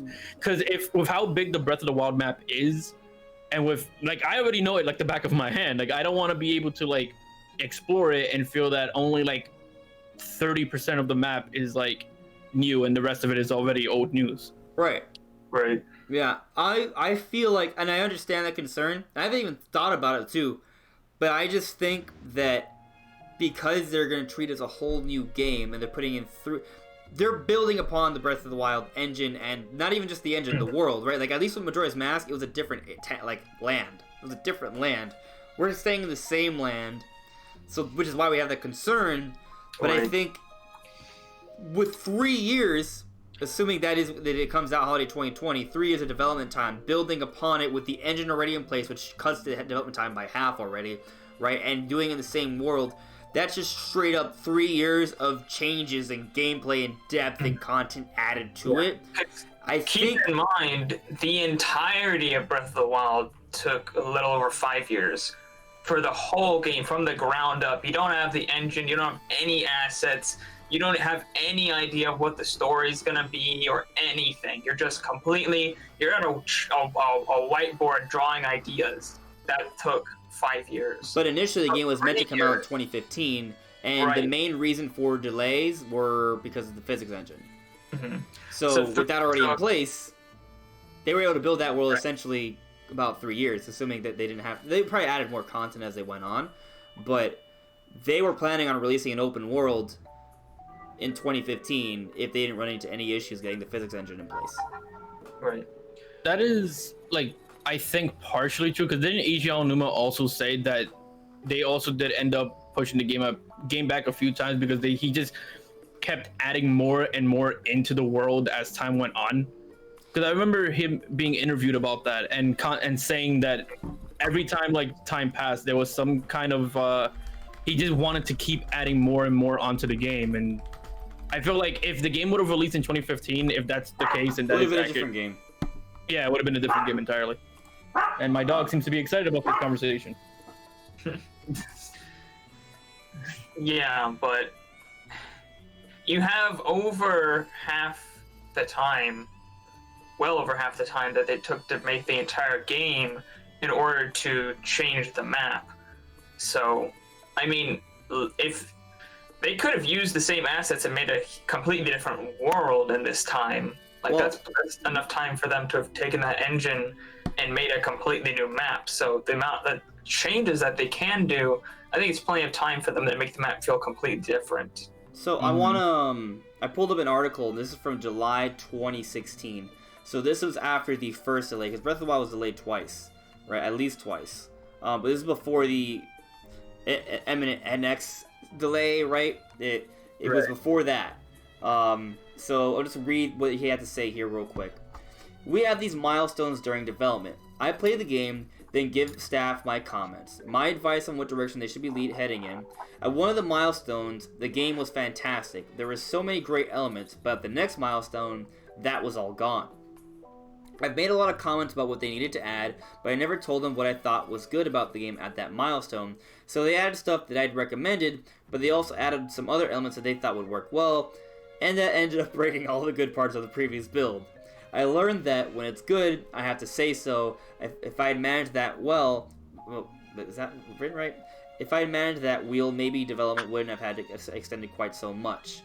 So here, he's just talking. I mean, there's probably multiple reasons, right? As Shifty, as you said, this one right here, this is just the first article I picked up on the Google search, was just talking about design choices that he should have been smarter about telling his team, right? So that was just the team running him into hiccups. Right. And I mean, the reality situation is there's always gonna be hiccups that come up, no matter what. But and keep in mind that I'm not saying the game will be bad. Obviously not. I still think this game's gonna be fantastic. But you're just talking. I think it's a valid concern. It's a valid concern. And the reason why I brought up Majora's Mask was just simply to say this is me reliving that kind of opinion and feeling whether or not that will kind of repeat itself in some fashion. I actually don't agree with your opinion of Majora's Mask. I thought it felt completely different than Ocarina of Time. I played Ocarina of Time for hundreds of hours, and when I played Majora's Mask, I was like, this is just completely different. But I can get what you're saying. It's similar, but I mean, the world, the story, the entire feel of the game is different, and the world is just way different than Hyrule in that game. And I feel like everything they structured, the way the world was laid out, they had all the different masks and things. I felt it felt completely different. I think for me, it was just a lot of things felt too similar to me, and that the map itself wasn't all that interesting because it was very segregated into 4 very specific parts instead of just kind of areas that you could just kind of I guess seamlessly go in. I think a lot of that was mainly because they just wanted to get the game out as soon as possible. right? They wanted to get out an Ocarina of Time sequel really quickly, so they put a deadline on them. So they made design choices around that deadline to make sure they'd be able to develop the game quicker. One of those design choices was to reuse a lot of the same character models and assets from the previous game, rather than focusing on building up a whole bunch of new stuff. And I think the map, it was simplistic. I agree. But I'll also say that I never felt like the game was too similar to Ocarina of Time. While I agree with your concern about Breath of the Wild maybe feeling too similar, because it's been confirmed we're returning to Hyrule. Like, we're literally returning to Hyrule. So I think that's a valid concern. But I'm also with Brandon here. But I felt like Majora's Mask was so different. In fact, I think most people would agree that Majora's Mask is one of the more unusual Zelda games. But I also see that the effects of like a sped up development cycle. Like, I do think the overworld isn't the most exciting overworld ever, right? Like, it is kind of like a very... I don't think Ocarina of Time's overworld was exciting at all. No, it was just kind of a field too. It's just a field. Yeah. Also understand that I wasn't really claiming that Ocarina of Time had an exciting field, but it's more of like Ocarina of Time didn't have one town and then 4 segregated locations that each followed the mountain. It was more organic feeling and looking. Yeah, I understand. And it had more areas too. Yeah, Majora for me just felt like I said, like a really well-made fan mod for me. It didn't feel like a whole new game to me. It felt like it was a remix of, not a remix, that's kind of like an exaggeration, but it kind of felt like because of the short development cycle, it kind of, for me, it suffered because of it. The best thing about Majora's Mask for me was the story, and even the masks were not that interesting for me. Because most of the masks you use for like a side quest, and then you're done with it for the most part, except for like the 4 main ones. I think we're just gonna have to agree or disagree. Yeah, I think it's just a difference of opinion. Yeah. I would actually be less worried about Breath of the Wild sequel if it was a Majora's Mask and they were going to a different area. I'd be less worried than I am now, which is I'm not even that worried. The funny thing is, I would have to agree. You would think I would disagree, but I don't. It's more of just like, when I use Majora's Mask as an example, I'm speaking purely in terms of reusing assets and whatnot, and hoping that it feels new enough for me to be as enthralled with it as I was the original. I can see how some people might start talking smack about Breath of the Wild 2 in the future, just saying, oh, it's just a over glorified DLC pack. I could see that becoming a narrative.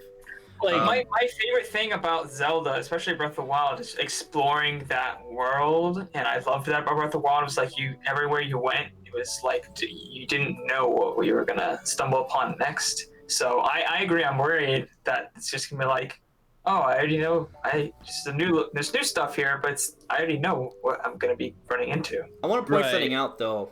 With Breath of the Wild 1, right?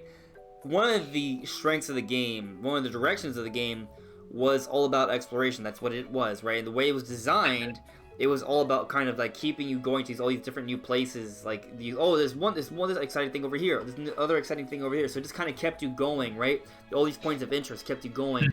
They really focused on that, right? It was about the exploration and discovery of this massive world, finding new things all the time. So with that design philosophy they had with Breath of the Wild 1, I think it would be weird if they were just completely forget about that thinking with the sequel. Right.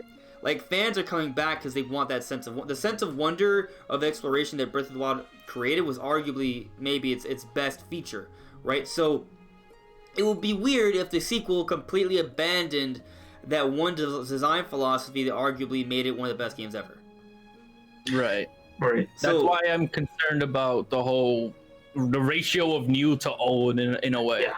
Because what would be the point in, say, like someone like myself or like most of us who have explored the entire map of Hyrule, if the only new things are just a couple of things here and there, why would they feel the need to explore all the other locations that they've already been to? Well, my point is that I think that they will try to find a way to bring back that sense of wonder and discovery, even though they're going back to Hyrule. So I feel like they're just going to find a way to change it so much or add dynamics to it so much that we're still going to have that sense of exploration and discovery all throughout the game, even though we're back in the same world. Right. So I hope I'm right, and that's how it's gonna go. Right, and keep in mind, this is coming from a perspective of someone who loves exploration in games. Like, that's like my favorite thing, to discover new things in a game. And so it's not that I don't want a new story or it doesn't excite me or anything like that. It's just that's my favorite thing to do. And if my favorite thing to do isn't as interesting because I've already been here, then I get a little concerned. But that's basically it. Yeah, that's the number one thing about for me too. Like, if they just add a new story, I'm gonna be like, okay, this is okay. Like, this is just DLC. Like, it has to feel like I'm exploring a new world, which I'm kind of... In the trailer, you don't... If you look and you compare the map of Breath of the Wild to that, it's exact. Like, match. There's nothing new in there. You don't see anything else. Obviously, you see the castle rising up. You don't see anything else other than the new underground area. So I'm like curious, is there going to be? But that's before. But that scene though is as the castle's coming up. So if my theory's right, and it's causing a lot of seismic activity, and the world changes dramatically, that's before it happens. Right. There's that, but there's also not everything's obviously going to be crippled by that. So, like, even areas I've been to before need to feel different. They need to be. I think it will be. I think each town is going to be bigger. I don't think it's going to be like, oh, here's the same town, but there's also a few more towns. It's going to be like, no, this town is completely different now. Like, it's grown. Right. It's evolved. It's completely changed. Like, there's so few people living in Breath of the Wild because of Calamity Ganon that if they added, more people come in, then those towns are just going to be completely different. They're just going to be completely expanded. Like, they're going to be way bigger. That's the hope. That's what you want to see. And I mean, at the end, the very final cutscene, the biggest emphasis put on that is Link and Zelda going around to rebuild Hyrule to its former glory. That's literally, like, I was watching the cutscene today for a video I put out today, and those were her, exactly what she said. She said she wanted to go rebuild Hyrule to its former glory and beyond. So if they didn't do that in this game, if it wasn't like completely different, I'd be like, what was that even? What was even the point of that whole emphasis you just placed at the end of the last game? And even if it's an area of the map that normally wouldn't have a town, they could still make it different by having some kind of, maybe there's an outpost that the Yiga clan made over here now. Or suddenly they have an outpost out here. Or maybe an angry dragon flew from underground. Is like, what the hell happened to my tomb? Yeah, maybe all those skull camps actually came from some kind of monster or something. Bro, the ancient skeletons, the 3 ancient skeletons, it would be amazing if there was a 4th one in the ocean or something, dude. Like, like piece of everything. Like, there's another one and it got pissed off, right? Or worse, all these skeletons, all the giant skeletons we see in Breath of the Wild are resurrected along with Ganondorf. Oh my god, that'd be insane. Imagine that. Oh, damn.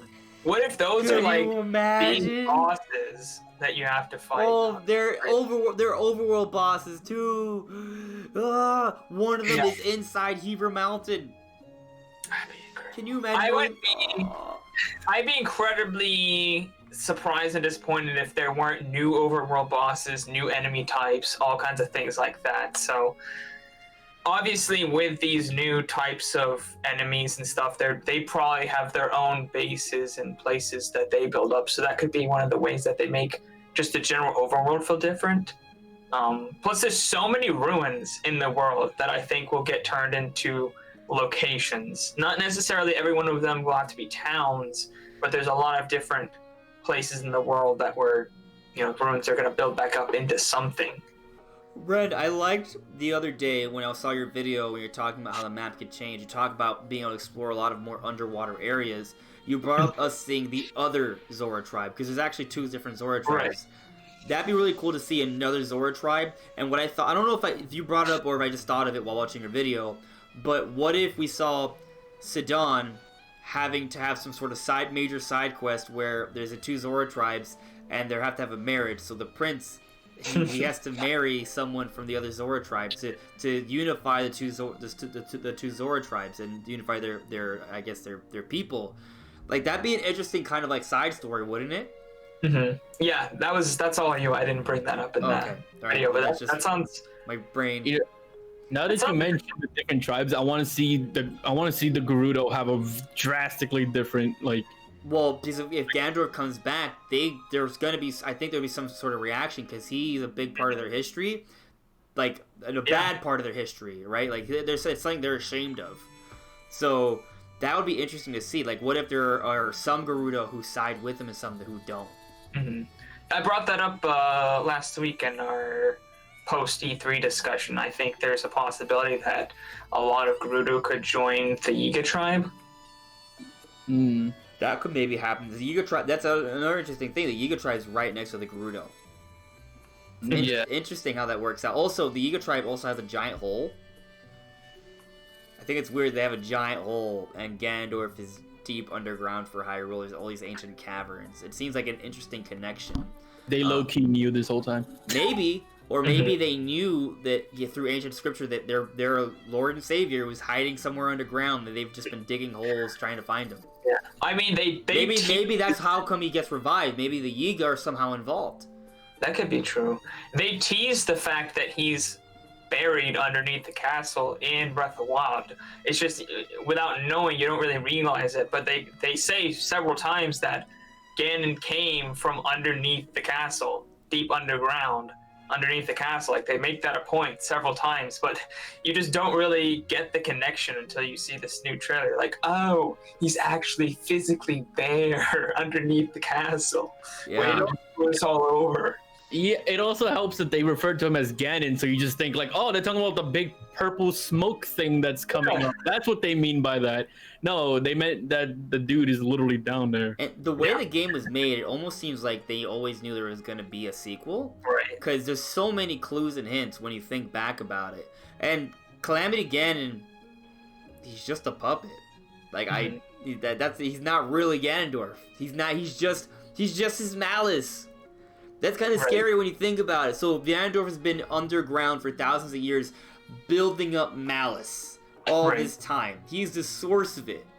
And so the Calamity Ganon is just his pissed off aura. That's all it is. It's just his pissed off aura. It's being held back by what I think is a Sheikah hand. Well, there's an interesting theory going around that it might be related to the Zonai. Remind me of what that is? The Zonai? Yeah, I'll explain. And I haven't done too much research on the Zonai. It's one of the aspects of Breath of the Wild that I would say I'm weakest in. But all throughout Breath of the Wild, you see all these different ruins, right? That aren't Sheikah ruins. Like all the different like giant like rock totem poles that have like the dragon and bird heads, or like that one area that's completely dark that you need a torch to walk through, and there's ruins all over. Or in the Pharaon area, you see a lot of those statues, and it's also related to the barbarian armor you get. And there's also these two like weird mazes. Like, it's believed it's all related to it's not believed, I think it's confirmed. There's like some descriptions that say this is from the ancient Zonai. We never actually meet the ancient Zonai. So the ancient Zonai are another species or people that were in Hyrule that built all of these ancient ruins. Maybe they are the ones who made all of the ancient temples. So maybe you have the ancient Sheikah, but you also have the ancient Zonai. So maybe the Zonai are somehow related to this.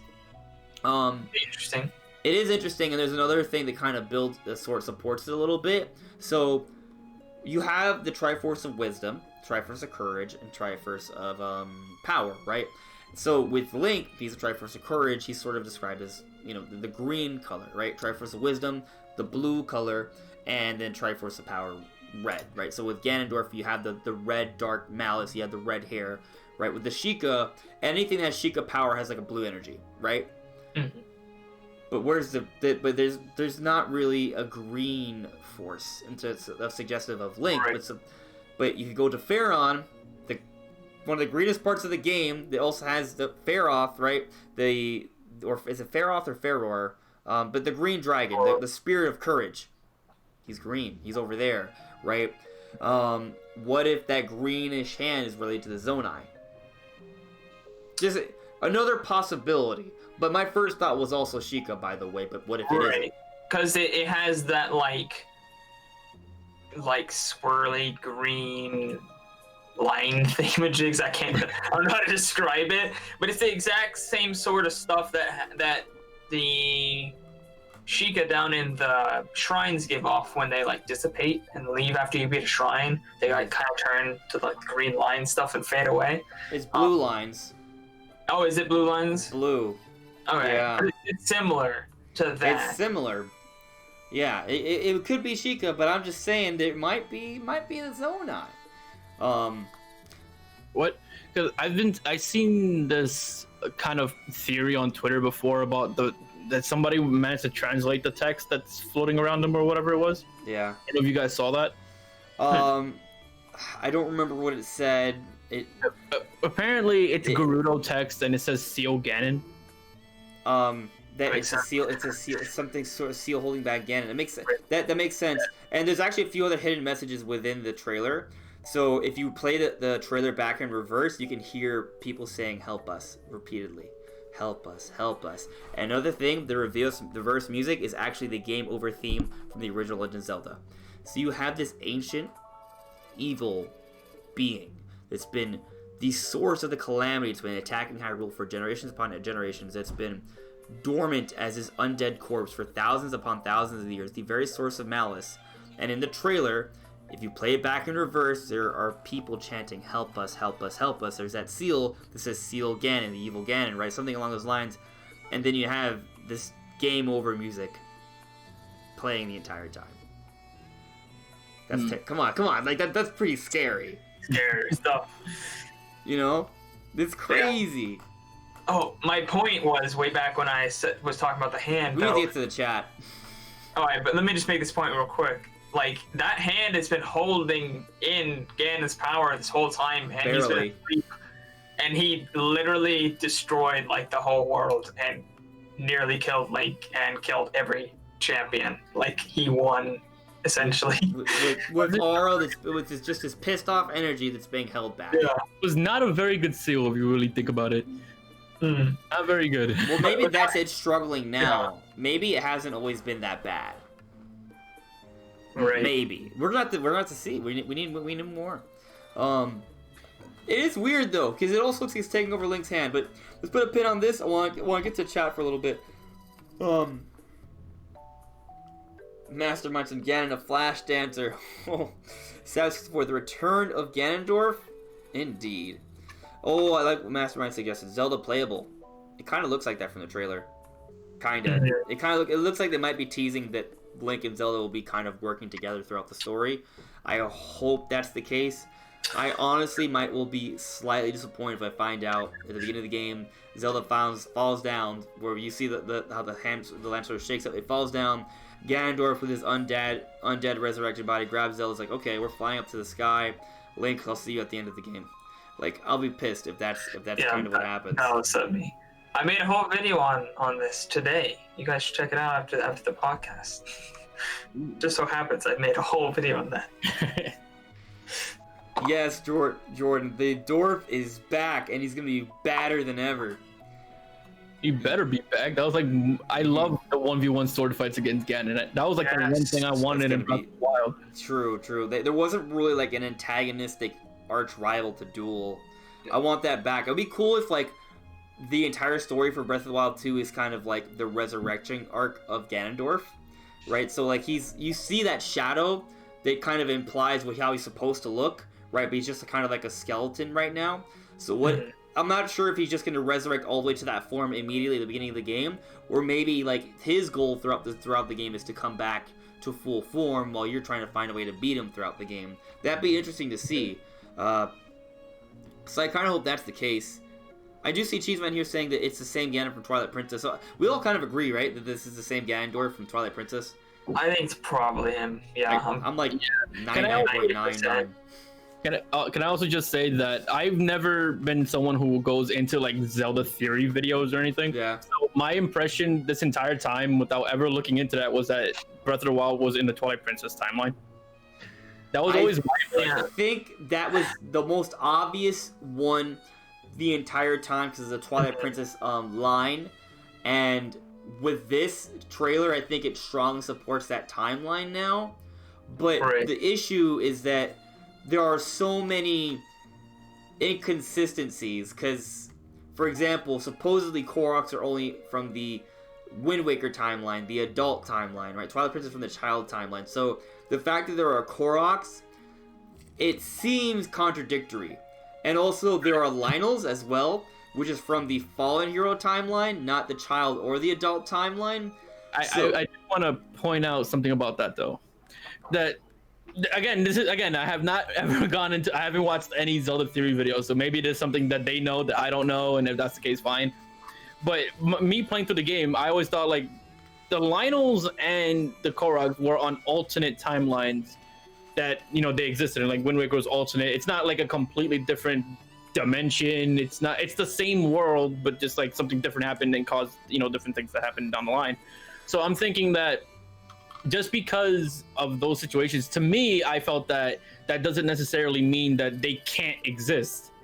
Right. My theory is that regardless of which timeline it is, because they place Breath of the Wild all the way at the end, that what happens is that all of these creatures, all of these events are kind of eventualities and destinies that will happen no matter what, regardless of timeline. Like Lynels and Koroks would have evolved into existence regardless, depending on, you just have to go further and further down the timeline. So that's how I kind of think of it. Yeah, and I also never really thought the Lynels was something that, like, Lynels didn't really. I don't think there was ever a rule in place, unless then again I could be wrong, but I don't remember there ever being like a line in place that the reason why Lynels were not in other games was because they didn't exist in that timeline. They didn't exist in the plot. It was just that they just didn't have. I can't think of one for the Lynels yet. There might be some relation to Demon King Ganon, because at the end of Ocarina of Time, Ganondorf with the Triforce of Power becomes the Demon King Ganon, and with the Fallen Hero timeline, Link loses during that fight, and then he kind of rules for a little while, right? So that ruling, him being in power, maybe he had something to do with the creation of Lynels. I think that's a theory. I'll have to do some research on it, but nothing concrete comes to mind suggesting that. But for the Koroks, though, it is said in the Wind Waker the Koroks adapted to the ocean, right? They used to be the Kokiri, but they changed to sort of because of the ocean life. Right. And the other thing is that there are actually the rock salts. They say this from an ancient ocean. You find rock salts throughout the entire map of Hyrule, and the mountains in Hyrule are reminiscent of the island peaks in Wind Waker, which are said to be the peaks of mountains from Hyrule. So all of the islands in Wind Waker are just the tops of the mountains that we see in Breath of the Wild. But I feel that having a direct line in the story reference Twilight Princess means a lot more than an item description that could be referring to any form of sea, ancient sea. Because ancient sea doesn't need to mean the Great Sea specifically. It could be. But my point is that if you find the rock salts in every part of the map, it suggests that it was covered by water at some point.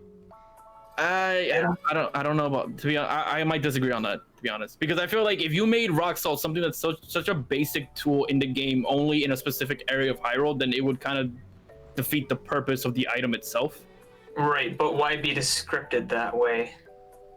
Because it could be like any number of things. Like if you can look at, like, say, I don't know, another item in particular that could describe where it came from, and I don't think it's meant to be that specific at times. I don't agree. I mean, if the salt it specifically says the salt came from an ancient sea. If there was, the sea would have had to been everywhere where you can find rock salt. If they didn't want it to be that way, they would have just said it's salt. So I want to make it clear, I'm bringing up supporting points for different timelines. My point is simply that there are pieces of evidence for each one, and there's multiple. I've only brought up a few. Like, another one is that there are Rito in it. Supposedly they weren't supposed to be in any other timeline. They also became, the Rito evolved from supposedly Zora. So you have Zora and Rito. It's weird. And also in Twilight Princess there were no Gerudo, but now there are Gerudo. So there's just a lot of contradictions. And also the Sheikah were basically extinct in Twilight Princess as well. There's just one old lady. It's weird. There's a lot of inconsistency. So I think the easiest thing for me is just to think of it as that the Breath of the Wild is just it's at the end of the timeline. The reason we see evidence supporting each one is simply because I think, like I said earlier on, just the further down the timeline you go, all of these things like Rito, Sheikah, Giga, Koroks, Lionel's, and even just like events like the Hero and Twilight, things like that. I think there's all like destinies or eventualities within evolutionary lines. They're just bound to happen no matter what. But I will say that seeing that Ganondorf has a hole in his chest, that's directly relating him to the end of his line in Twilight Princess. Like, Right. He has a hole in his chest in Twilight Princess. His neck snaps in Twilight Princess. His neck snaps back into place in the trailer, and he has a hole in his chest, and he's Ganondorf. And by the way, if people don't know this, Ganondorf has only reincarnated once. The Ganondorf that we know is the same Ganondorf. Like, Ganondorf in The Wind Waker is the same Ganondorf from Ocarina of Time as is the one from Twilight Princess. So, usually Ganondorf is not reincarnated. He just reincarnated once in Four Swords, apparently, but it's kind of like a gray area. Like maybe the canon? It's on the... He's like a mindless monster in the form of Ganon, kind of. if I remember it correctly, anyway. There's a Four Swords that takes place after the Twilight Princess games. There's a couple of them. I didn't play it, so I can't say for sure, but what I do know is that Ganondorf was supposedly reincarnated. Like, the actual like text from Hyrule Historia says Ganondorf reincarnated Four Swords Adventures. Yeah. I feel, I don't know, I guess my perspective on the whole timeline thing is just a matter of alternate timelines does not mean that they have to be exclusive. They're like, yeah, in those timelines, I think they are like, you know, they have reasons for why they exist in the same way that like our current timeline might have reasons for why a certain, you know, the same thing exists in that particular timeline. So for me, I feel like the mention of Twilight Princess or the Hero of Twilight in Breath of the Wild has more significance and weight behind it than like an item description does. But to play devil's advocate, I believe I have to double check, but I remember hearing that there was whatchamacallit, like the Japanese version was set a little differently, and it wasn't as obvious of a reference. So kind of hard to say, but I would say that to your point, the literal text saying like the Twilight, like that is a obvious reference and link to Twilight Princess, right? While all the other ones are they're subtle. Like, you have to know your stuff to know what's going on there, right? Right. So I kind of agree with you, but when you like really look into it, there's just so many different things from different timelines, and they haven't confirmed it. They've intentionally not confirmed the timeline placement for Breath of the Wild, and it might just be because this game it has something to do with it, so they didn't want to spoil that bit of the story, right? And what we're seeing with this teaser trailer is that's like I'm willing to put this is okay. It's Ganondorf from Twilight Princess, like it is. Like I don't know, it is. So you know, it could be that they are confirming that it is taking place after Twilight Princess. I'll say if that maybe. Yeah, maybe. I mean, if that's the case, then that just makes me more excited for the game because that's my favorite version of Ganon. Like that timeline specifically, like Ocarina to Twilight. Yeah. Like that story for Ganon to me is the most interesting because it's the most enraged Ganondorf, in my opinion. Which makes sense because of the calamity. Right. Like, Right. Yeah. No, I'm totally with you. It makes sense. Let me just restructure it in my head though. So, Twilight Princess is the child timeline, if I remember correctly. Yes, because it's Ocarina to Majora, I think, and then Twilight, is it? Do I have that right? Yes. And so the thing is, in the child timeline, Link comes back from the future. So how do they stop Ganondorf then? So something happens. His plans are thwarted before he could even, start his reign. He was planning it, but then because Link had experienced everything throughout Ocarina of Time, since he goes back to his child, I guess timeline or whatever you want to call it. Yeah. He was able to warn Zelda and the King ahead of time of what Ganondorf was going to do, and they were able to just arrest him right then and there. Yeah. So maybe there's some implied battles or wars happening between there and the sages, stabbing him with the sword in Twilight Princess. But basically, he's obviously been through some battles. Yeah. Right. And actually, there's another interesting thing in the in the trailer, they show a shot of what looks like a person like Ganondorf on a horse with a trident. So that might even be a reference to Four Swords. I don't know. Or it could just be a reference to Ganondorf, period, because even in Ocarina of Time, the puppet had a trident as well. Right. So it doesn't have to be a Four Swords reference, but just the Ganondorf riding on horse with a trident suggests that this dude's been, like, riding to battle, right? It's the best fit. I agree, it's the best fit. Another argument, though, is it could be that they may still, like, stick with the same story that Breath of the Wild just, like, at the end of all the timelines or something, and that there would have always been a Ganondorf with a hole in his chest. Like, that was just, like, his destiny regardless of timeline, I guess. Even though, technically, in the adult timeline, Ganondorf could stab in the head and, you know. Right. Like, if they really wanted to, they could make a whole new Ganondorf story, a whole new Ganondorf and all that, and us fans would probably find any little way we could link it to any other version of him. So, yeah. It could, like, I want it to be Twilight Princess Ganondorf because that is my favorite version of him. It's obviously a reference. It is. You never see what happens to Twilight Princess Ganondorf. He dies, you see the corpse. But then... Something, I feel like something recovered the corpse. Maybe it was early Yiga, right? Or maybe it was just the Sheikah trying to make sure that he wasn't there. You know, like, that they recovered the body and just put seals on it. Maybe that's what it is. Or there's a theory that the Sheikah are the ones who can create Redead, so maybe they turn him into a Redead, or maybe the Yiga did it. They made it, or they... We know that there's the Sheikah monks, right? Like, even though there's not Redeads, the Sheikah monks, there's something they do with their Sheikah knowledge that allows them to live on for generations, right? So maybe some sort of ancient Sheikah knowledge was used to preserve Ganondorf. And if it wasn't the Sheikah themselves, it could have been the Yiga, right? Who were Sheikah at one point, so maybe they also had that ancient knowledge, and they preserved Ganondorf.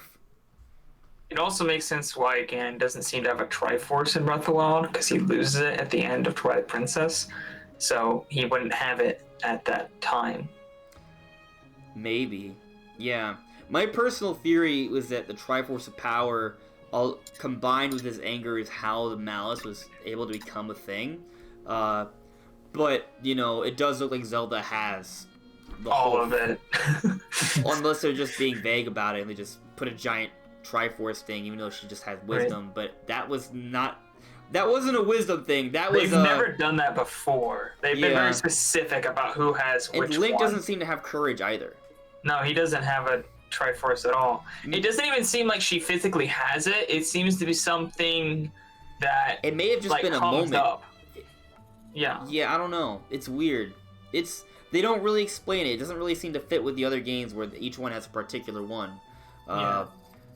Maybe that's something they're going to address in this one, right? Maybe it's something that wasn't an element in the previous game because they weren't actually fighting Ganondorf with the Triforce of Power. They were just dealing with the Calamity Ganon. But in the game, they don't even seem to understand necessarily what the Triforce is. Like, they have Triforce symbols, but they don't understand exactly how it is or how it works. They just understand it as some power that seals away Ganon that you can acquire. But they don't understand what it physically is or how to use it at all. They just understand that the princess line has the power to call upon this sealing power by calling upon the different goddesses. They don't really understand that it's an actual physical thing that people used to have. Yeah.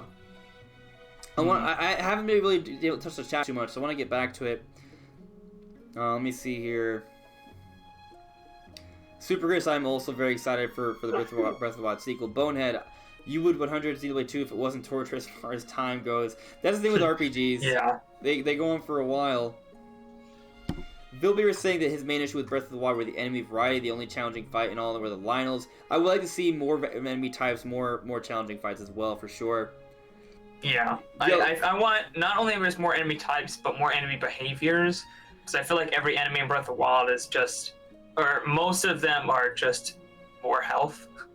Like Bokoblins, Blue Bokoblin acts exactly the same as Red Bokoblin acts exactly the same as the Silver Bokoblin. Yeah. They just have different health. Yeah, with the Lynels at least, depending on their weapon, they had kind of like different kinds of attacks. Mm-hmm. So it'd be nice if they kind of went more in that direction. I see the Yellow Kazoo is here. Yes, I think she was also hyped about the Leviathans idea that they could come back in some way. That'd be amazing. And Yellow Kazoo also seems to agree about there not being enough enemy variety. Oh, did you guys... So she's bringing up that the whole man presumed dead for 10,000 years comes back to destroy Hyrule. Did you guys see that? It was like an article? Right, man is literally too angry to die. I think that's literally the plot of Doom also. For real. That's hilarious.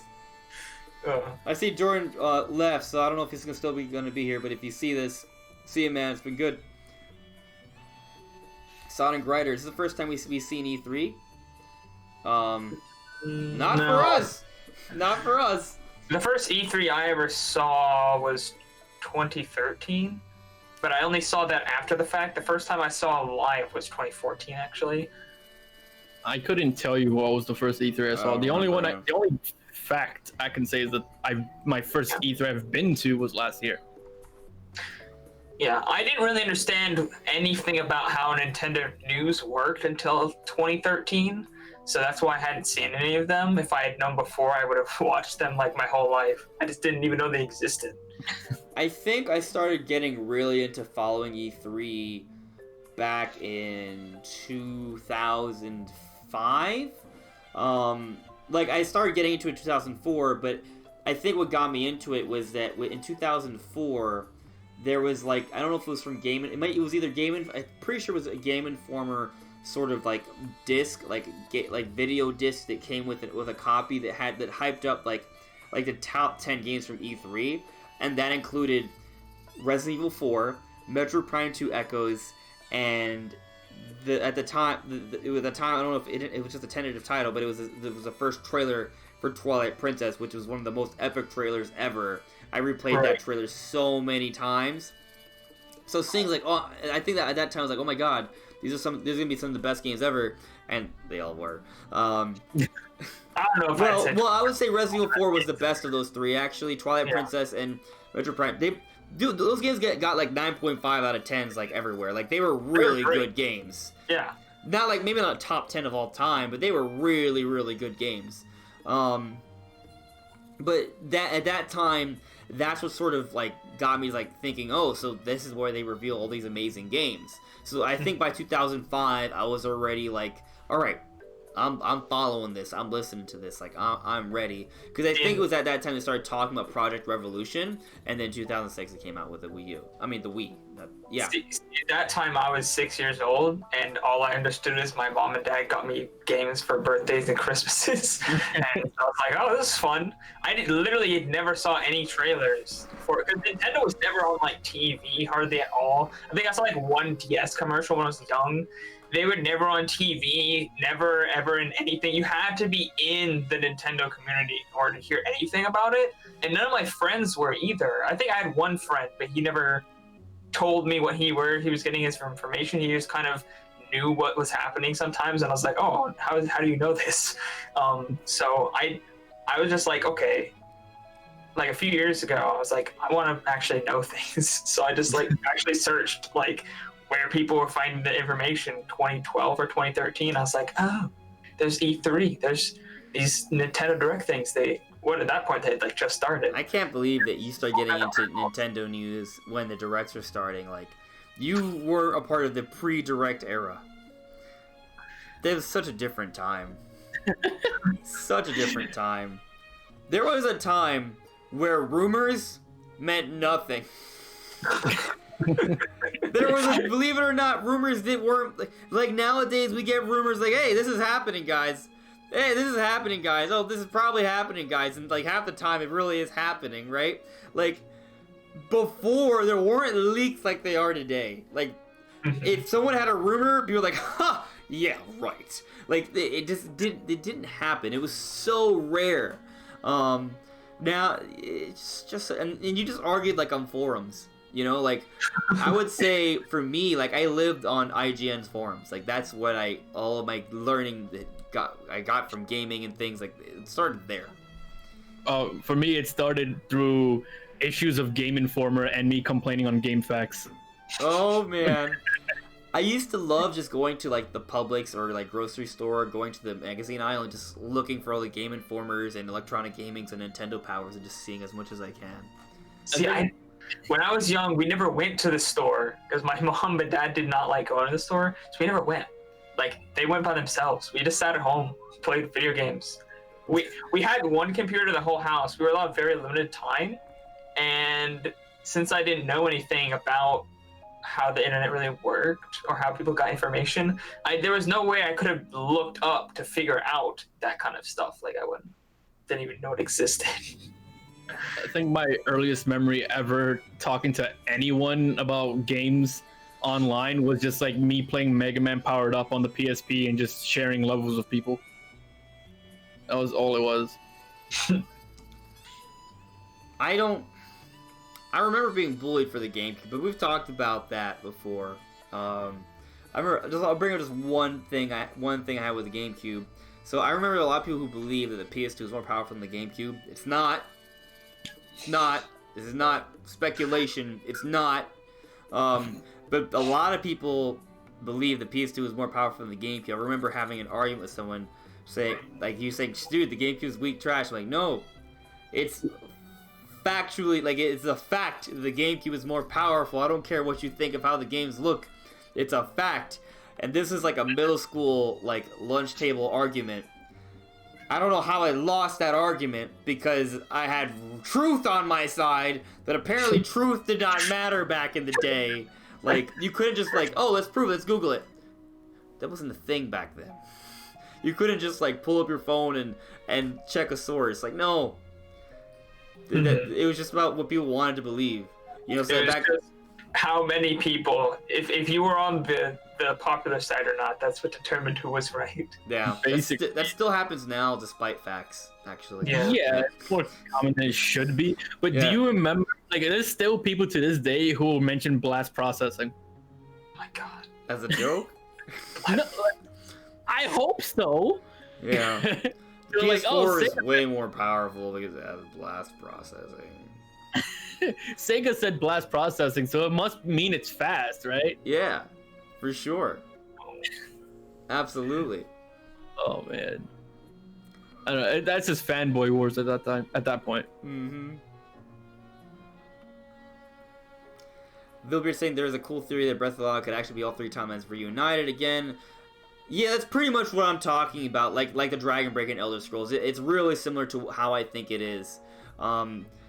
I don't want to call it quite a convergence where they converge, but it might kind of be where it's just kind of like the natural order of things sort of restores regardless. But until Nintendo confirms it, it is just a theory, right? Yeah, plus Dragon Break is it's a very hard thing to do, right? Because Dragon Break and Elder Scrolls was basically like all three, like, it was not really separate timelines becoming one. It was just more like one event split into different things that all technically happened. So it's kind of like different timelines, but it's only for one specific instance, and then that's it. That's all it was. So would it be kind of like the Ocarina of Time event? Yeah, it would basically be like Ocarina of Time in a way. Except, regardless of what timeline you're in, all events happened. Yeah, so imagine if you had the split from Ocarina of Time, but instead of converging thousands upon thousands of years later, it happened immediately afterward. I like the former idea where eventually they come back together, right? Where I can't really perceive them all happening at the same time where they didn't happen at the same time. Yeah, like Dragon Break is more like this one ball of time. Just anything and everything happened, and then everyone after that just remembers like all their different like results and whatnot, and they have history books for those things and whatnot. All of it being like it's weird. Like I'm into Elder Scrolls lore just as much as I am into Zelda lore, and Elder Scrolls lore, I'm a fan of it up until Dragon Break comes into the play, because Dragon Break complicates so many things and does not answer as many questions as you think it would. I honestly think they didn't even think about the timeline at all with Breath of the Wild until like the end.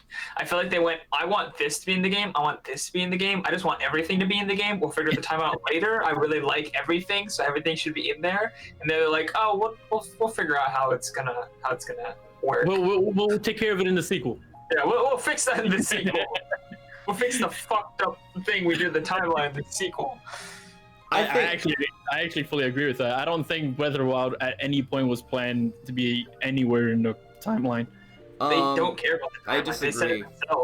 They said themselves they never think about the timeline until the end. They just make the game they want to make, and then they go, "Oh, how does this fit?" And then I might have to pull up a theory. This might be a good video. Does Zelda team actually care about the timeline? That'd be a good thing to look into. But my personal impression is that before Skyward Sword, they didn't care that much about it. Like, I think they, because the thing is, you play the games, you do the research. There's a lot more connections than you might realize. Like, it's actually fairly in depth, but at the same time, they are on record for saying that they focus on story after gameplay. So they come up with gameplay mechanics and they make the story around it. But I do think that they look at where they're at and they try to fit into place. But it isn't always perfect. There's always like minor plot holes here and there. But I think after Skyward Sword, once they were like, okay, here, we're releasing the official Zelda timeline. This is the first game in the timeline. I think from Skyward Sword onward, they were more mindful of timeline placement. And I think one of the reasons why they went with Breath of the Wild, though, which it kind of supports your guys' points, though, is that they put it so far into the future that it just doesn't matter. Yeah. But at the same... But I'll also say that I think if you look at all the details we saw with Breath of the Wild, and you were seeing how they're connecting with this trailer for Breath of the Wild 2, and by the way, I really hope they give us another name, because it's not going to be called 2. It's going to have to be something else. I'm pretty darn sure. I'm not even sure if it'd be called Breath of the Wild. It might just be I think it's going to be like Return or Darkness of Despair, or Ganondorf's Rampage. I don't, like... I think those are a little too edgy for names. No. The Legend of Zelda, when a dude is really pissed, like The Legend of Zelda Eternal. That's not that bad. I think when you think about every game, though, it's like Majora's Mask, Ocarina of Time, Twilight Princess, Skyward Sword. It's always at least 2 words, right? Could just be Legend of Zelda Ganon's Return. I don't know. That's such a bland name, though. Yeah, I don't know. Resurrection of Darkness. Too edgy. Resurrection of Despair. Doom. I don't know. Anything starting with D that's negative. Death. I don't know about all that now, but I mean, I don't know. Not sure. Jared, what's up, man? The Big T says hi. Game Informer, Game Informer. Jugs McGee, I read about when I had Game Informer 2006, but I didn't knew what it was about. Oh, you mean the first E3 was at 2010 with the infamous Konami press conference. What happened in 2010? That was way before the whatchamacallit. Is that the one I'm thinking of? I feel like I know what he's talking about, but it was like this guy. I forgot how. I don't even know how to explain it, but it was like some guy who was like trying really hard to sell the game, and he just looked really, for lack of a better term, cringy. Trying to sell it, so it just looked really weird. He was like in an empty room with like 30 people just talking on a laptop presentation. Oh my god. So I think Yellow Kazoo agrees with me. She's saying, I definitely think so too, Andres. They didn't care before Skyward Sword. The Legends of Breath of the Wild, man literally too angry to die. That is going to be the name, Kazoo. For sure. There you go. Yeah, Reggie's E3 was 2004, and that's when things got really epic. That's when he came on stage. He's like, I'm here to kick ass and take names. Like, he said something along those lines. Yep. Kick ass and make games, I think it was. Let's look it up. Okay. Reggie. Why not? I'm here to... If I put Reggie, I'm here to kick ass. About kicking ass and making games or something, I forgot. I'm listening to it right now. It's 11 seconds. My name is Reggie. I'm about kicking ass. I'm about taking names. And we're about making games. Okay, so he says, we're both right. He says, one more time. I think you guys can My hear name it is in the Reggie. podcast, but I'm about kicking ass. I'm about kicking ass, about taking names. taking names, And we're about making games. and we're about making games. There we go. So we basically just filled in the blanks. We did. Yeah. Yeah. Man, it was a good time. So, we can just talk about Zelda forever, because there's so many little, like, angles and things. So I mean, yeah, we can definitely just, nitpick every little thing. Like, oh man, the angle in which Zelda falls her hand implies this other timeline. I mean, we could do all these different things. Actually, on that note, I was looking at the frames in the trailer, and I wasn't sure at first. When you watch the trailer, it's not 100% clear if, like, Link is missing her hand and she's falling away, or if they're grabbing each other. When I looked at the frames, it looked like they were actually reaching for each other, and they reached each other. So hopefully what happens is they're teased that Zelda gets taken away, but actually they catch each other, they work together, and they are partners, and it's actually like a two-person dynamic throughout Breath of the Wild 2.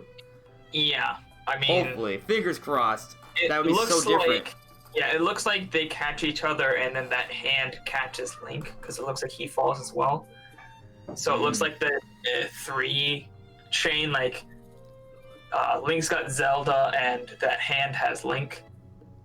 Is that how Ganon gets free? Because the hand has to go away from Ganon to catch him? I think he just frees himself. And then I think what happens is he frees himself, starts lifting up the castle while they're still underground. They're like, oh shit, everything's falling apart. And they almost fall to their death, but the hand catches them. I can't wait till we actually see that trailer. And it's gonna be like, we're like, oh, so that's how it actually was supposed to go. Right. Like, I can't wait to yeah. see what actually happens. Yeah. Because they jump so much. They're just jumping, like, that trailer is not in chronological order at all. No. I've seen some people try to put it in order. I have some just minor disagreements, but I think people can, you can kind of guess how it goes. But basically, Zelda and Link are exploring, so put all the exploring scenes together. Then the scenes where they're really close to Ganondorf, you see his hand twitch, his neck snaps, he does an eye streamy thing, and the shadow comes out, and he's resurrected, and then then the Hyrule Castle rises out of the ground. Mm-hmm. I think the rising out of the ground scene is at the same time as when they're falling. That makes sense. It's like that's happening at the same time as the ground is shaking and crumbling and falling, and they're catching each other. Mm-hmm. Yeah. So, I don't want to stop talking about Zelda. I think if we're gonna actually have this be an E3 discussion, we should at least comment on Animal Crossing and Banjo, because those are huge. Animal Crossing and Smash. So, we were right. Banjo's happened. Yeah. We were like, I remember we were like so convinced last week. I was saying, guys, Banjo's happened. Like it just happened, and it happened. But the way they did it, they made us sweat a little bit because they first revealed, Luminari and the other heroes. So that was cool. So that rumor was confirmed, right? And then we got Banjo. And I think the whole Banjo thing pretty much solidifies the fact, it's not a fact yet, but the idea that we're probably going to get something Banjo-Kazooie on Switch within a year of now. Right. Yeah, I think next Direct we'll see Rare Replay or something to that degree. Direct. Yeah. I think so. It might be something as simple as a Banjo-Kazooie port, which would still be hype. Yeah. Yeah, I can see that. Yeah. But I mean, also, like, it's pretty much set in stone now that the rest of the Fighters Pass is going to be third party, and there's going to be it seems that way. Coming forward. I mean, I feel like that was just known from the get-go. Like, I'm sure there was some people who felt like, like there was some people that were like, oh, maybe not. Like, no, it was going to be third party from the get-go. Yeah. Like, I was pretty sure on it. Yeah. I warmed up to the idea fairly quick. Well, all the rumors are suggesting that. We didn't have any actual facts to back that up. We only had one character that happened to be third party.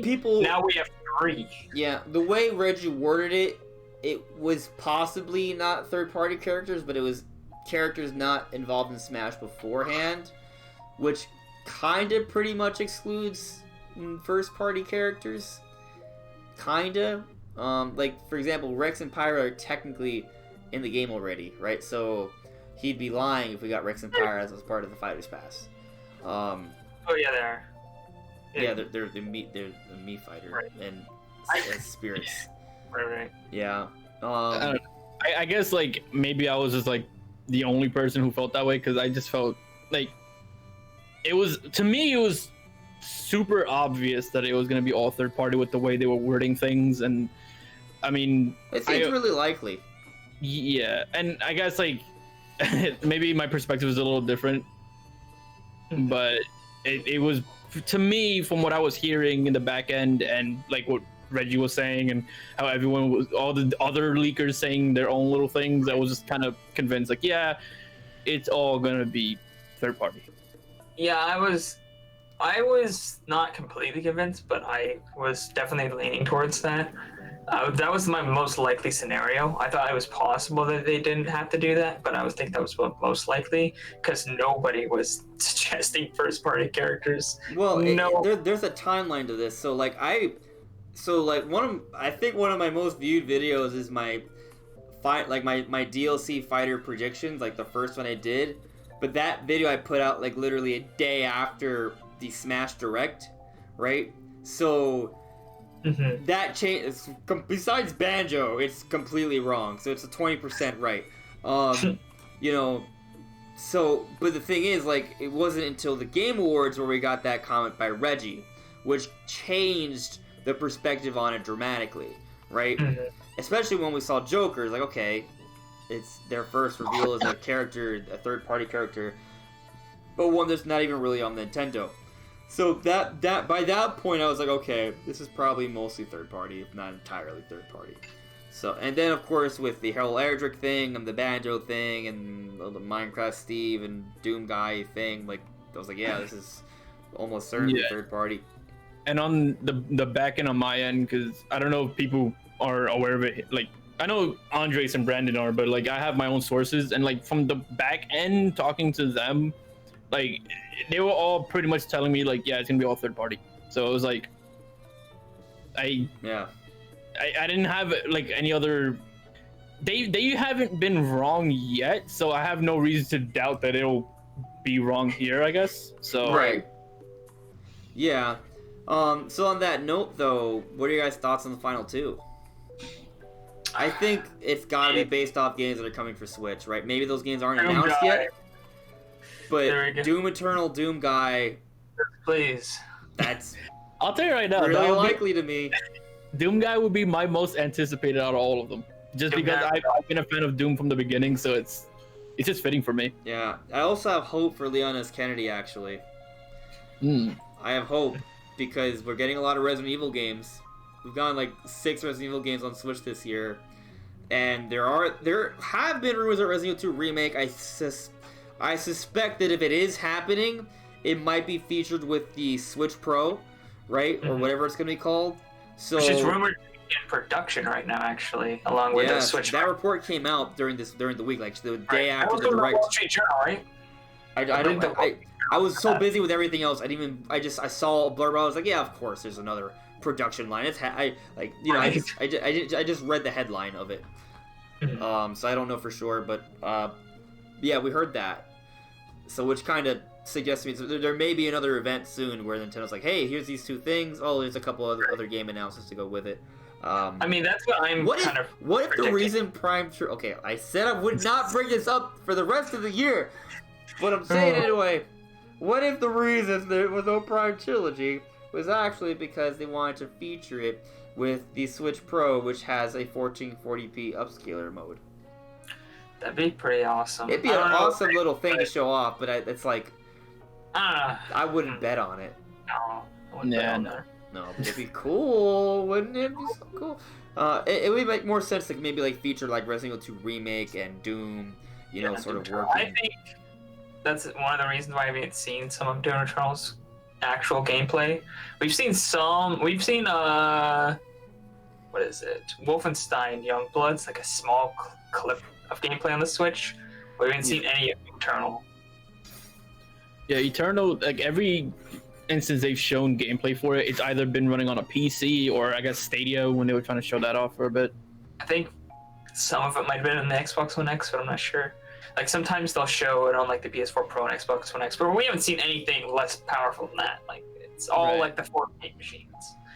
Right. I want to bring up Witcher 3. 1, I got the prediction right. 2, I'm really happy it's happening. 3, they're fitting basically the entire game on a 32GB card, which like never happens. That's all the DLC. You know it's gonna be $60. I'm actually pretty hyped for this because to me it reads, hey, this team's actually trying really hard to make sure we have as good of a version we can on Switch. I'm probably gonna get it on PC unless they get me a free code. My Switch bias is gonna my Switch. The thing about getting a free code is that it's a code and you have to download it. I kind of want to buy it, but I'll try and get a code because I want it on PC and though. I can review it and people might enjoy that. I don't really play third parties on Switch, to be honest. But I'm interested in it just because of the technical aspect. Because seeing what can and cannot run on the Switch is like super interesting to me. And that game should not be able to run. It is straight up should not. Like even if you lower everything to Digital Foundry did a video on it. They lowered everything to the lowest of low settings. They turned it down to 540p. It simply did not run on a similar spec system. They made a PC that's as close but as I think they optimized this Witcher for Switch. Like they changed around a lot of the geometry and textures and things of that nature to make sure it could run on Switch. That's what I'm saying. That's why I'm curious about what they changed compared to that and what they optimized, because that game literally should not run well. Like it was running that's another game that if they have this supposed, it's not, when I say supposed, there's no rumors about there being an event revealing this. It's just my personal speculation and hope that they have an event like, hey, here's a Switch Pro and here's a couple of our third-party games running on it. They show off Witcher, they show off Doom Eternal, they show off Wolfenstein and Resident Evil 2 Remake, maybe Mortal Kombat, just games that have dynamic resolutions that would just run naturally better on a better version of a Switch. If there was an event, I actually do think there'd be at least one Nintendo announcement. So, Prime Trilogy or Pikmin. Like, what if they did like have the HD remakes of both Prime Trilogy and Pikmin 3, and the reason they didn't have those announcements because like, these games look really good at a really high resolution. Bam! I know that's something I should think will happen, but it just seems to fit so well. It seems like a perfect thing to do. But alas, I think they'll definitely add an event like that. They definitely show off all their big first party, like even games that have already come out. Like they'll re-show off like how good Breath of the Wild looks, how good Mario Odyssey looks, things like that. Yeah, and also they would work better with the VR too. Right. That's a big thing for me because the VR would look so much better, especially if they had a 1080p screen on that bad boy. Oh yeah, that sounds good. It looks way better than it does right now. I want to address a couple things. Yellow Kazoo, yes, I am on that Switcher hype train. Also, we'll probably get back to Zelda towards the end of the discussion. I'm not sure what to say in regards to Luminous Stones because I guess that's just one thing I didn't focus on with my theorizing with Breath of the Wild, but I probably will do some research on it. But maybe we can talk about it a little bit. And then Jugs McGee. No, I don't have any love for the meathead Chris Redfield from Resident Evil 5. He's been a couple others.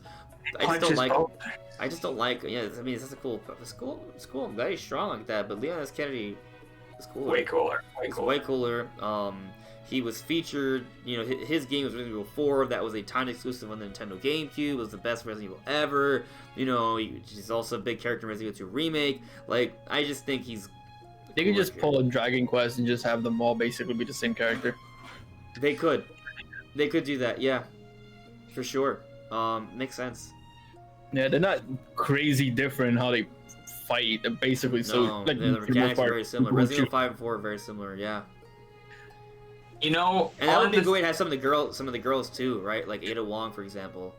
Right. I think there's another one called Jill Valentine. I might get the name wrong, but there's a few. Yeah. Or Wesker. Oh man. There's options. Wesker might actually play different. Yeah, he would. Yeah. But I want to crush some people's hopes and dreams for Smash DLC. I don't think we're gonna get two of the same like company get like. Let me word that differently. I don't think a single company will get two DLC representations in the Fighters Pass. So for everyone who's like, oh, we want Steve and Master Chief and Sora, it's like, no, like it's done. Like Square, they got theirs. Like Microsoft, they got theirs. Unless there's another Fighters Pass, but I don't. With this Fighters Pass, you're not gonna get it. I think Steve is just gonna be a Minecraft Mii costume that comes along with the Banjo Kazooie pack. Mm-hmm. I think that's what's gonna happen. I know there's a lot of Steve fans, but I think I would be steering you the wrong way if I didn't tell you. I just don't think it's happening. Yeah. Not this game. But it is possible. You know, if you want to hold on to that hope, it is possible as a second Fighters Pass, but I don't see it happening. I think if there's a second Fighters Pass, it would make more sense to have more Nintendo characters. Right. I think it's very possible we'll get a second one. Just considering that, like, I play a good amount of fighting games, and it just seems very common these days to have Season 1, and then they'll have, like, this many characters, and then Season 2, and then it has this many characters. You think it was a Season 3? I have no idea. That's trying to predict Nintendo 2 steps ahead. It's 3 or too many.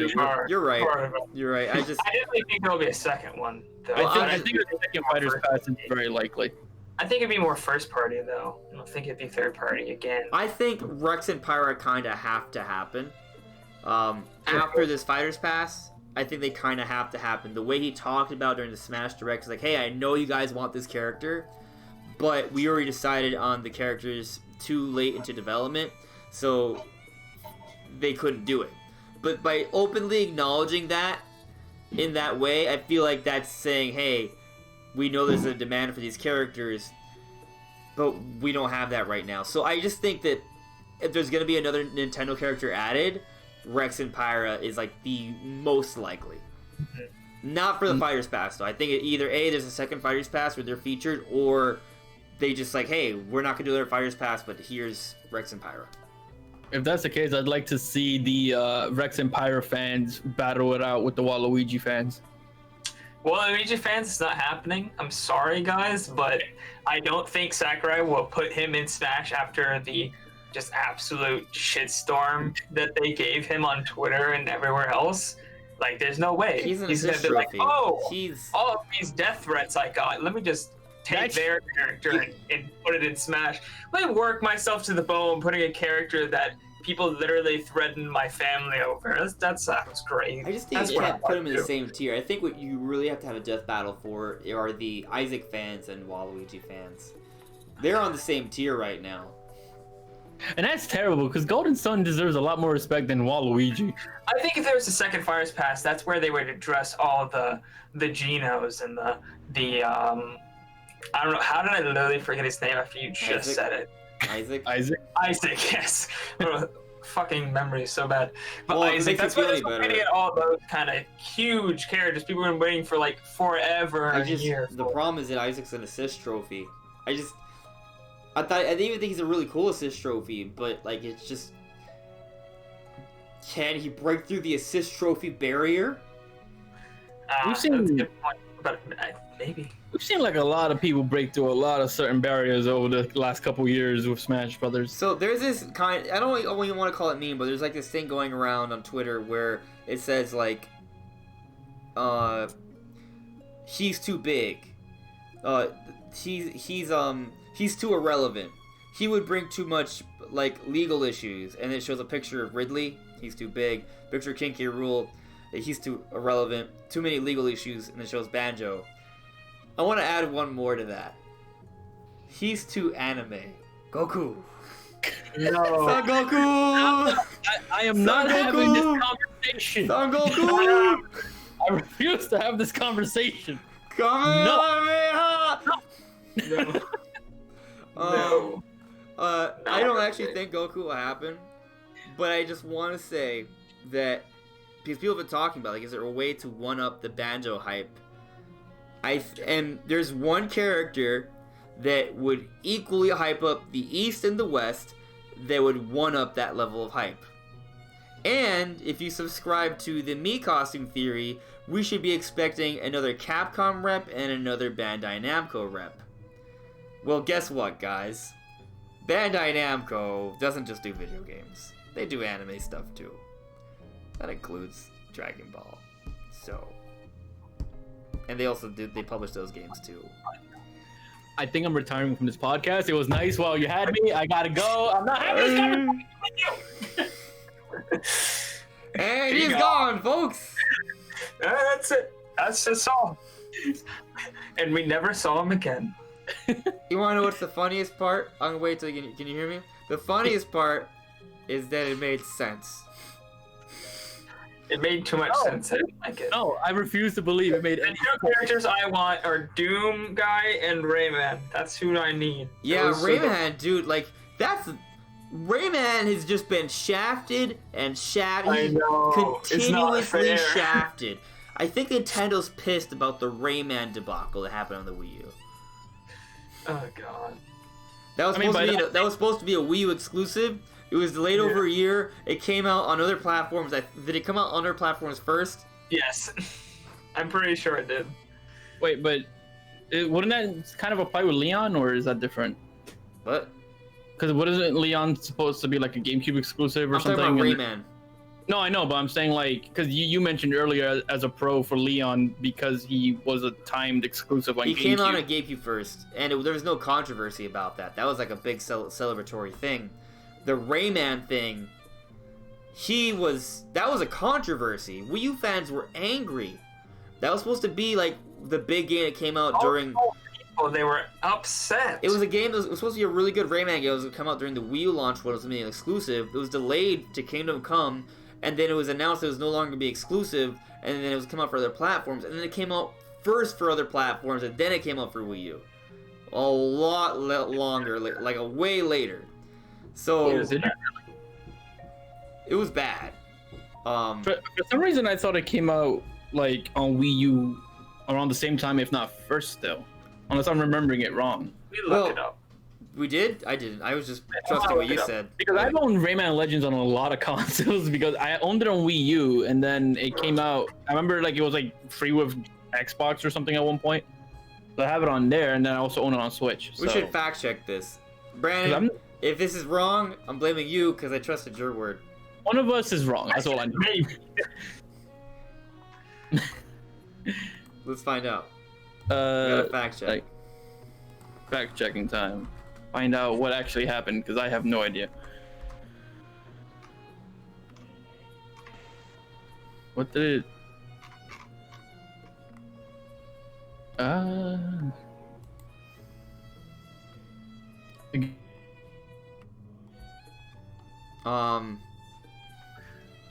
Alright, released first on... It came out at the same time. At the same time as the PlayStation 3 and Xbox 360 versions, but it launched... Alright, so it did launch... It didn't launch after. It launched at the same time as the older versions. But it was initially an exclusive, and it was delayed, and then it was announced to come out on all systems way later. But yeah, it came out at the same time, so it's not like it came out first in your system. So that part's wrong. Just to be clear. That's what happens when you trust my memory. Nothing good comes from that. It's a shame. Well, Shifty, where'd you go? Apparently.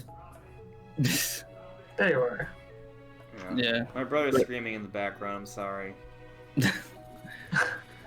But what were you saying? What did I miss? Just that you're right. Oh, awesome. Came back at a perfect time. Yeah. But yeah, Rayman Smash should be dope. Yeah, I've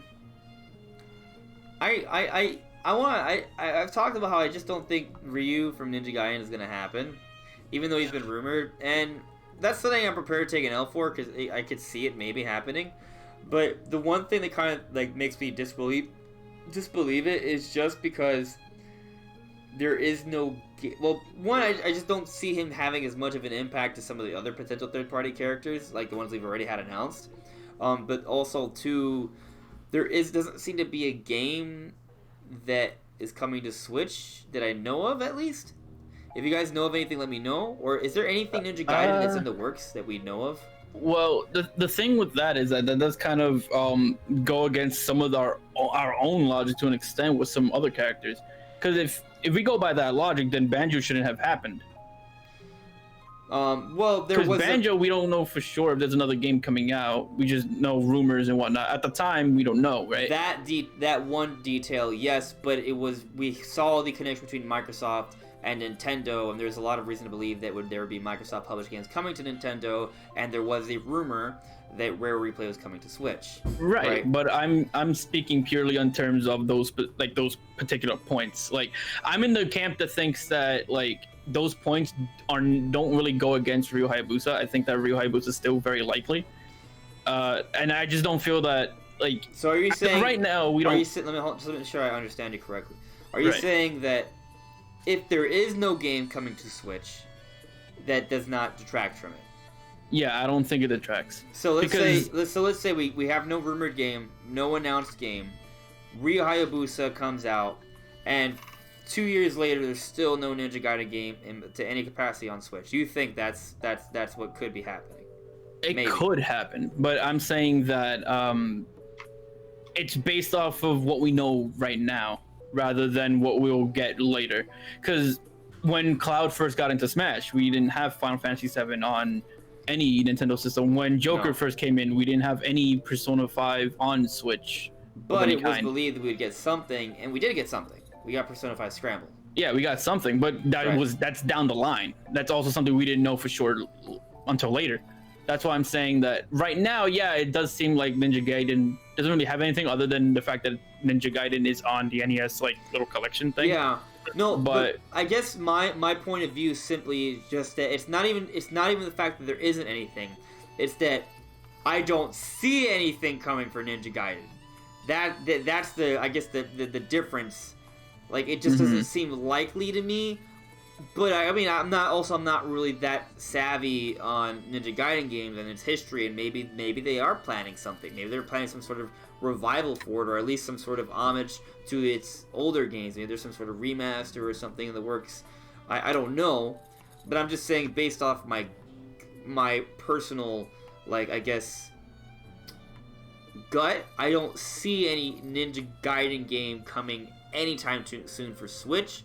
And it just looks like what they're doing with the Fighters Pass, there seems to be a game coming to Switch alongside one of these characters. Maybe not immediately, but within like a year or so, right? And they're kind of using each other to sort of bounce off some conversation and word of mouth. So right.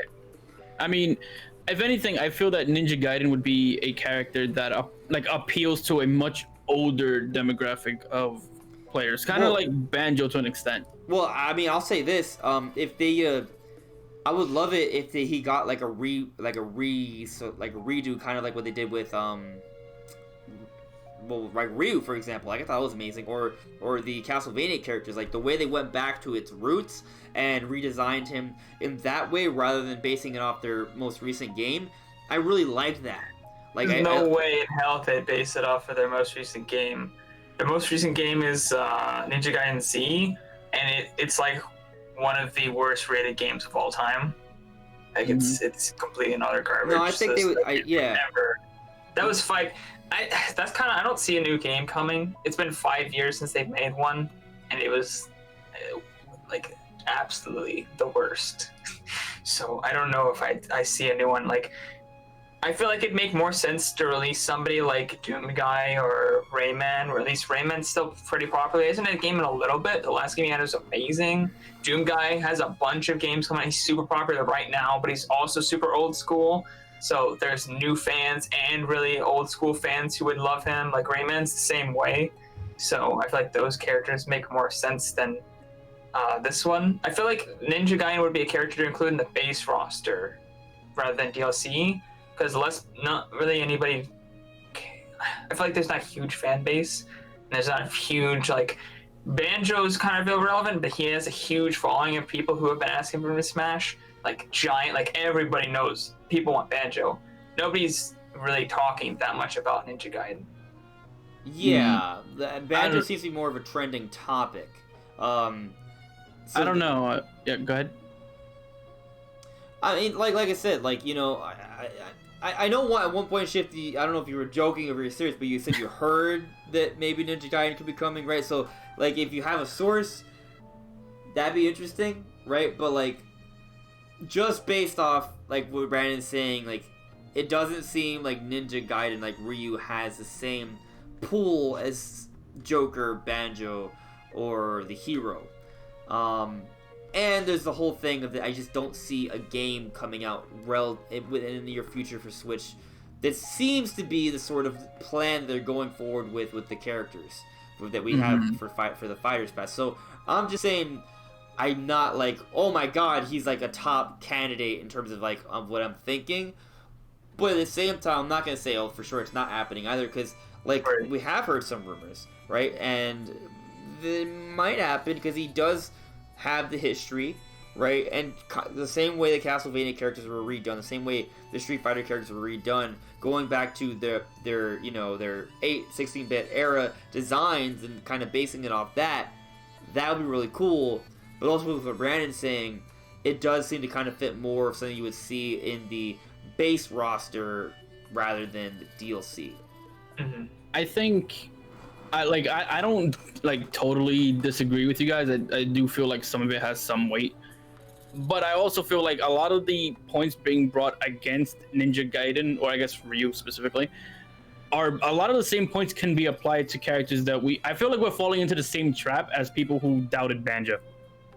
Because a lot of the people who wanted Banjo were people who are like fans of his and knew of him, the cult classic, like people who are already big on him. A lot of people that I know who are younger, who never played Banjo, didn't care, that they didn't know who he was. They only heard about him through like people like us who had played the games and knew about the character that way. And I feel like Ninja Gaiden is basically a series like that. And you could also bring up the fact that their most recent game was 5 years ago and it didn't do well. If you look at Banjo, their most recent game was Nuts and Bolts, and let's be honest, that wasn't exactly a good game either. I mean, it's not as bad as the argument. I just want to be clear, the Z. argument I'm making isn't like relevant in terms of like recent games. What I'm saying is a couple things. One, like Banjo there was a movement for Banjo on the internet. Like Banjo was a trending topic. Like people want Banjo. There's a demand for Banjo in Smash Brothers. There isn't like a high demand for Ryu necessarily that I know of, and maybe that's where you're coming from, that there is a demand and I'm just completely unaware of it, right? No, I'm not saying that if Ryu was announced there wouldn't be excitement for it. I'm just simply saying there doesn't seem to be an apparent demand for it. Like, he's not like a character that's in the Smash Bowls, for example, right? Like, Banjo has always been high up in the Smash Bowls. He's always been a highly requested character. Ryu hasn't. Now, in terms of the game thing, I'm not personally, right? I'm not talking about his recent game history. When I talk about the games, I just mean that I don't see a game coming soon for Switch, and it just seems like the characters they're picking for this Fighters Pass are related to a game that's coming relatively soon to Switch. I would also argue that point as well, though, because by that, again, in what I was bringing up earlier, I feel like saying that point in particular also falls under the trap of like people who doubted Banjo, because people can also say like, I don't see a new Banjo game coming to Switch. Well, I see a Banjo game coming to Switch, though. Yeah, and now we do, but I've been talking about it for a few months. Yeah, but I'm saying like a year ago, not like when Banjo rumors were like prevalent. Okay, if you go back a year, we didn't even know about the Microsoft relationship. Yeah, that's kind of what I'm getting at. The argument from that point was simply, he's been high up in the polls, and he's just been a long-time fan-requested character, and at one point Sakurai considered him for Melee. I think those are like base, and also just because of his history on Nintendo, like with the N64 and losing him, right? Because he was perceived as like a first-party character, right? Not that he was, but he was perceived as one. Those are kind of like the things when people are like, hey, Banjo should come to Smash, right? And that's kind of what I'm trying to say here, where it's like, it's easy to say that from where we are now about a character that we don't know if they're getting anything in the near future. We don't know if Ninja Gaiden is planning something down the line. So maybe they are. So I feel like... Yeah, it's possible. for sure. Yeah, so It's definitely possible. Yeah, and especially since, like we mentioned, like, it was like what 5 years. Their last game that was considered good anyway, not counting Z, was a Wii U game also. So it's. Oh, I wanted that game to be so good. Maybe we're talking about a different game. I want to look it up. Was it? Let me see. I think I remember it bombing. That's why I'm like, I was so excited for the game. It was like, I think. Is that Razor's Edge? Yeah, I think it was Razor's Edge. Was that the only Ninja Gaiden game that came to Wii U? That one released. Well, Ninja Gaiden has a lot of games on Nintendo, not even including like Razor's Edge specifically. Like Ninja Gaiden has a long. Exactly which one you were referring to just then, because he also knows about it. That's why he's asking. Yeah, I think it was like on average like a 7 out of 10 game.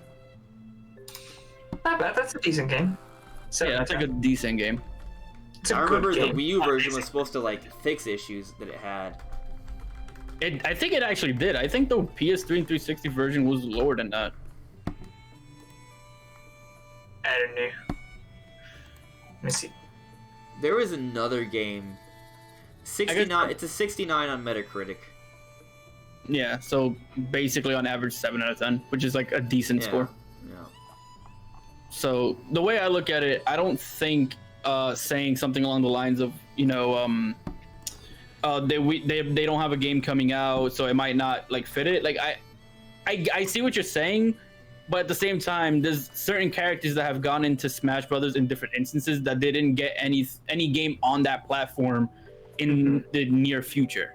They got it like down the line. Well, yeah, and that's the thing though. I'm only talking about the Fighters Pass, right? I'm just thinking about characters for the Fighters Pass. If you want to talk about other DLC characters, like if you talk about Cloud, like this, it took years for us to get a Final Fantasy game. Keep in mind, I'm also talking about the Fighters Pass in terms of Banjo and Joker.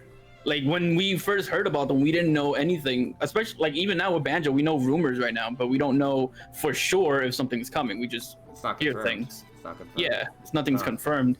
And Joker, we didn't get anything confirmed until like a week after he released or something.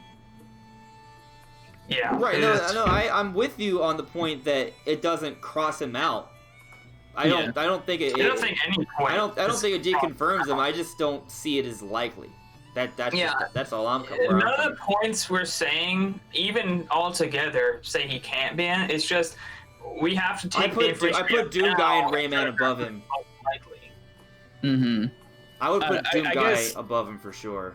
I guess in my perspective, I see it as like it doesn't deter from his chances. I think that's where I disagree. Okay. It's all theoretical. We have to. It's all theoretically every character will have a game. Theoretically, Ninja Gaiden probably won't get one. Theoretically, Banjo will. Who knows? It's all theoretical. And the interesting thing about like us like assigning likelihoods, like it's either gonna happen or it isn't, right? So we could say, oh, this is 80% likely, right? But that's just kind of like our confidence in it, you know? It's not really like an actual real number. For example, how many people were like, Minecraft Steve, oh, he's like 80% happening, or he's like 50% happening. He didn't happen. Does that mean that percentage was wrong? That percentage is more like just like a confidence in it, really, you know? Like, I remember there was a point where people were just like, if you don't think Minecraft Steve is coming to Smash Brothers, you're an idiot, right? Like, that was a narrative at one point. You know, so it's weird how the hype cycle is sometimes with these characters and the rumors and stuff. Like, it changes. It changes dramatically. And another interesting thing, though, like, we all talk about Erdrick being a foregone conclusion, and he is in the game, but he was not marketed as Erdrick, right? It was Luminari who was first shown off, and he's called the hero, and it features the four different heroes. So, even though I guess we were right about the rumor, we were also kind of wrong, you know? I would say it was like a 50-50 thing. Like, yeah, we got Erdrick, but it wasn't what you thought it would be. It wasn't like Erdrick a character. It was Dragon Quest as a character, and Erdrick's a costume, basically. Yeah, he's probably just going to be called the hero. They're probably all just going to be called the hero. They might not even use their actual Dragon Quest names in the game at all. There might be no mention of it. I think they will. I think there needs to be... Because the West doesn't know who these people are. I think they need to put the name so we know who it is. I think it might just be Dragon Quest. I think it's just going to be the hero. Because in Japan, they're commonly just called by the number of the game they're from. Like if you watch Japanese reactions, they don't call the luminary or hero. They call him 11. That's interesting. I kind of like that. I think they might do that in the East. I think they might change it in the West just because we don't know who it is. We're gonna be like, Dragon Quest Phase 1, Dragon Quest Phase 2. I think when we go to the character select screen, it's just gonna be hero. I think it might change when you select a and there's certain precedent for that, to your point, Brandon, because they do that with the Koopalings. Yeah. It's a Koopa Links game.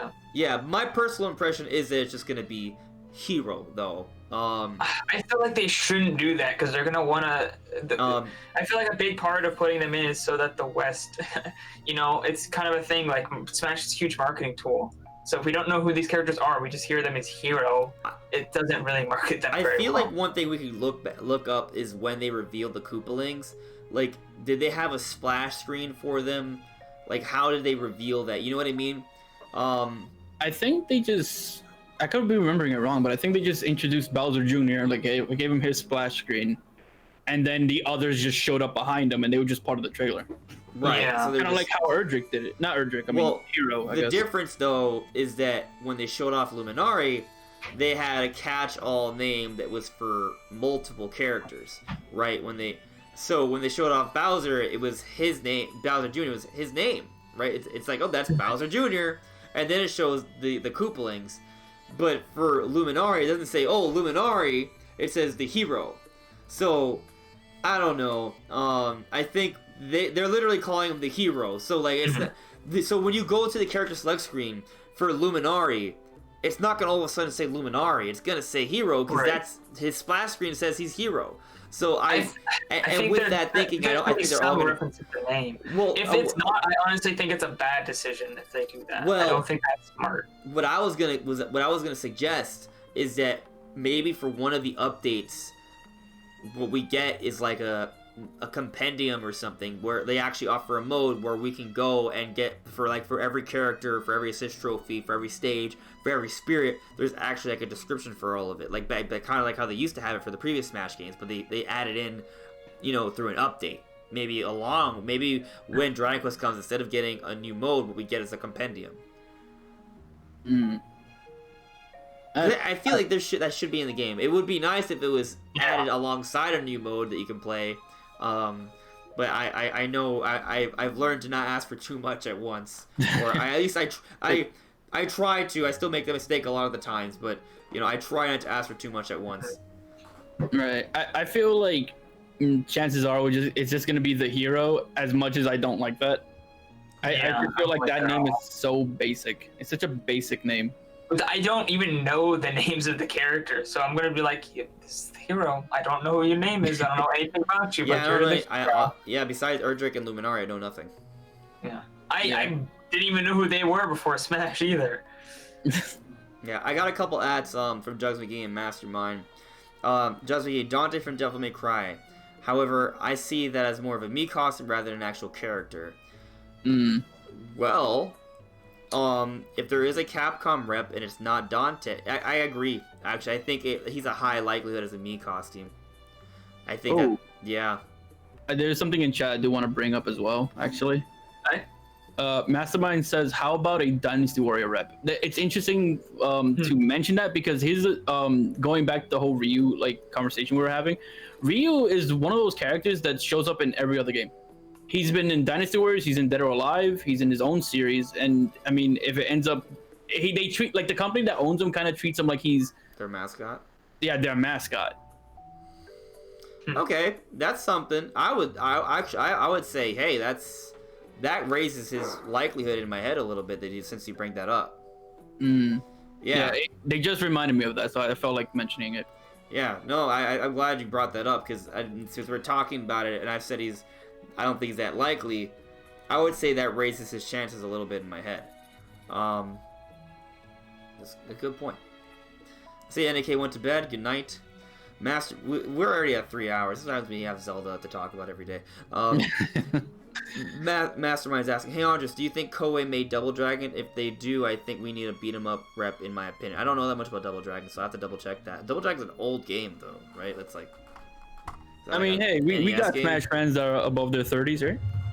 Yeah. I mean, You know, I would say that Ryu and Ken, while they are very known characters to pretty much everyone, I think their strongest fan base is older than me. Yeah, I think Ninja Gaiden would fall under that category as well. Yes.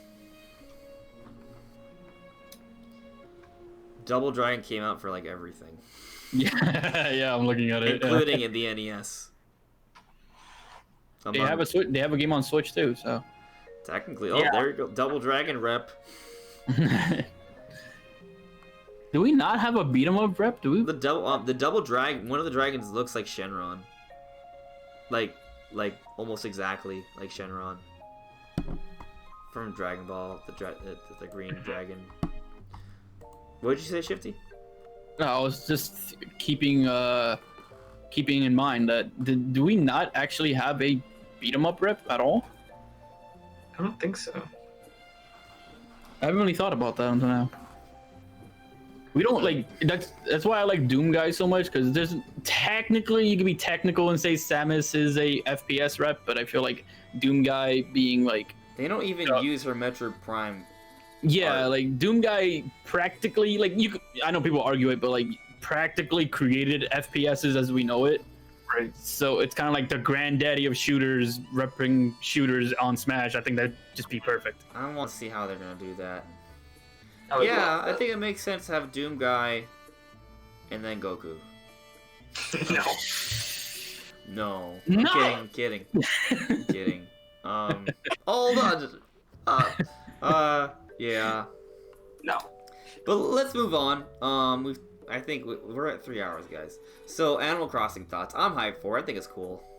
It looks awesome. I like it. You can pogo stick across a river. Once I saw that, I knew I was getting the game. Once I saw that one moment. I need you guys to show me the wonderful world that is Animal Crossing, because I have little to no experience with Animal Crossing. You need me, because Andres the hater shall not show you anything. I'm really not a no. hater. I'm just a casual fan. I've only bought a couple of the games. I've bought 2, Wild World and New Leaf, and I have like less than 20 hours on both total. I'm just not really big on games that are just like simulating life. Animal Crossing is the only one I care about. I don't care about like The Sims 4. Maybe you're a fanboy. That's it. That's exactly it. We're really throwing fanboy around on the Nintendo podcast. Yeah. I mean, like, You're trying to say you're not a fanboy. this is a fanboy podcast. Yeah. If I ever have to give an official name for the podcast, it should maybe Fanboy Podcast. You know. But I have so much video planned for Animal Crossing. I spent like hours today writing notes down for videos for Animal Crossing. I'm super hyped for that game. It's gonna be amazing. It's gonna be the best Animal Crossing. It's gonna be awesome. The greatest. I'm working on Initially, I was working on like what I wanted to see from Animal Crossing New Horizons, and then I started noticing things in the trailer and the treehouse footage, and then I started another note section on secrets. It was gonna be a short video. It's just gonna be like a few secrets I noticed in the trailer, and then the page just kept going, pages and pages of notes. And I was like, oh my god, there's so much. I think I'm just gonna create an entirely new channel based off this one idea. Oh my. I don't know. Like it's definitely one of those series that I just don't understand. Well, then wait for a review, and if you like it, buy the game. Okay, let's move on to the next game. Panzer Dragoon is getting remastered, remade. You shut up. That's an amazing game. I have no care in the world. You both are wrong. You both are wrong. It looks interesting, but I literally don't care. Beautiful. It's really hyped. Okay, let's move on to the next game. Astral Chain. That game is gonna be amazing. The treehouse footage kind of sold me on it. I was sold for the first trailer, but that sold me on. That was like, I have to have this. Well, it was just me seeing how the game plays and how they're doing it, how they're handling. I think it's being put together really well. That really looks great. Did you see the second treehouse segment where they showed? I need to go. To be honest with you, I saw only part of the first one because I fell asleep, not because I didn't like what I saw. The second one's so cool because they go into like really, really high level combat. They go to like some of the later bosses in the actual I forget who it was. Might have been like the director, the producer, or somebody actually played through, and they were really good. It was so cool. That game is gonna be amazing. It really is. I said, I only saw a part of the first Treehouse segment, but what I saw really sold me. I love how you can move the characters separately. I love the beginning segment where you're on a motorcycle. I think that seems like a really smart way to like get you into the game. I think it looks gorgeous. It just kicks off. You create your character, then bam, instantly into action. Yeah, I'm not a fan of the whole create a character thing. That's just not my thing. I just see it all over the place, and it just seems they all look kind of basic to me. But the actual game itself, I'm feeling it. I'm still not sold on Daemon X Machina. Is there Treehouse footage on that? There is. I mean, I'm probably not gonna get it. Yeah. Yeah, I don't know about it either. All right, let's talk about Link's Awakening. So I did get to play a little bit of it. Oh, you did? Yeah, because yes. Yeah, Nintendo NYC had an event over there to play Marvel, Luigi's Mansion, and Link's Awakening. Curse you and your close proximity to New York. So I technically would have done that, but this is people. Which ones would you play? All three? I played all three of them. Which ones did you felt really good about? I liked Luigi's Mansion. I didn't really have an interest in Luigi's Mansion all too much before I played it, but now that I did, I'm a lot more open to wanting to play it. It seems like that game is going to have a lot of atmosphere and personality, like the kind of things we sort of wanted them to put into it. It seems like that's what's happening. Bringing back bosses with personality, like the portrait ghosts. Yeah. Like Morty. I don't know if you saw the Treehouse segment that had Morty. He was like a film producer. Mm-hmm. And you actually like make a movie with him that's based off Godzilla. It's awesome. You guys? Apparently, he's one of the only, if not the only, boss that you actually don't fight. But they all have personality like that. They all have like dialogue and different tropes and things like the portrait ghost did. And you don't fight them immediately. You kind of have to like figure out what you're supposed to do, like kind of with the portrait ghost, but more level based than that. Than as much as in the original game, it was just kind of go into the room where they are, figure out what it's supposed to do, and then fight them. This one's more like go onto the floor where they are, figure out what you're supposed to do on the floor, and then fight them. I have a prediction. Two predictions. One, Luigi's Mansion 3 is going to be a really good game. Two, we're going to get a date for it in the September Nintendo Direct. Oh, for sure. I mean, if you look at what dates they have for games, it's like all leading up into September, and then after that, like everything is kind of like we don't know what's happening besides Pokemon. Right. Yeah, and in the demo that I played, the boss I had to fight was I'm pretty sure they showed it in Treehouse, but I didn't really look ahead of time. I just kind of wanted to go in blind. Yeah. But it was the boss that it was kind of like knightly, like he was in a suit of armor. They didn't show. They showed that he existed, but they didn't actually fight him in the Treehouse. So I've never seen footage of that fight actually. Oh well, funny enough, go to my YouTube channel. I have footage. Yeah, you go. Plug. Yeah. Probably, I didn't see that in my YouTube feed. Probably YouTube being dumb. It is. Yeah, YouTube Very always is dumb. It's a dumb. But yeah, it felt like it was doing a puzzle within the fight in a way, because you have to figure out exactly what you have to do in order to hurt him. Don't tell me how. Yeah, I won't, but that's basically how it felt like, and I'm assuming that other boss fights will work the same way. Yeah, I mean, Luigi's Mansion is like really kind of more like a puzzle adventure, right? Mm-hmm. It's got a lot of puzzle and yeah. I mean, if you look at the site, they had a interview with the creators, and he was like, Mario is more based on precision platforming, and Luigi's Mansion is more based on puzzles and exploration. That's kind of like what they want with the series, so that makes a lot of sense. I'm really loving what I'm seeing for Luigi's Mansion 3. It's such a beautiful game, too. Yes, yeah. But we're over 3 hours and I'm passing out. So, final thoughts on Luigi's Mansion 3. Awesome. Really good, better than I expected it to be. I'm really excited for it. Please, people watching, if I look tired and unenergetic, it's simply because I slept 3 hours last night and I slept 2 hours, an hour and a half the night before. So I'm just but I'm really excited for it. Brandon, you're really hyped for it. So is there anything you want to say on it before we move on to? I'm not sure. Nothing, but the game looks beautiful, and I want a release date right now so I can pre-order it. Cool. All right, so Link's Awakening, and we didn't talk about it too much. Everything I've seen from it makes me really, really want it. Like, at first, I was like, yeah I'm going to kind of get it. I know I want it. I'm going to get it. But, like, seeing it, like, I love what they're doing with the game.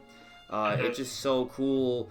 Like, when you watch footage of it, you see how, like, the world, it just looks so alive. Like, the characters are moving around, they have so much personality. They're very quirky. Like, the world just seems so interesting. The way they did it seems like this game is going to be even way better than the original because of how everything they've done, they sort of bring out his personality. Like, they're kind of accentuating everything that apparently, I didn't play the game, but from what I've heard, it seems like they're accentuating all of the personality that the game once had, and they're just, it's like Link's Awakening, the original, but on steroids. And we're getting the Color Dungeon, and we're getting a Zelda Dungeon Maker on top of that. So I'm really liking the content they have here, and the graphics are actually really, really good. Like, it's not just a 2D game with polygons. It looks really, really good to me. Right, and I agree. I really like the look of it, and with the short time that I did have playing with it, was only like a 15-minute demo, so it wasn't like the longest demo in the world. But I was just tasked with getting the sword and figuring out the puzzle of the forest area to the north, and that was kind of just it. But because I had played the original, I actually the rep was telling me how I got farther than anyone else who played it that day because I got the sword, I solved the puzzle, and I was halfway through the first dungeon.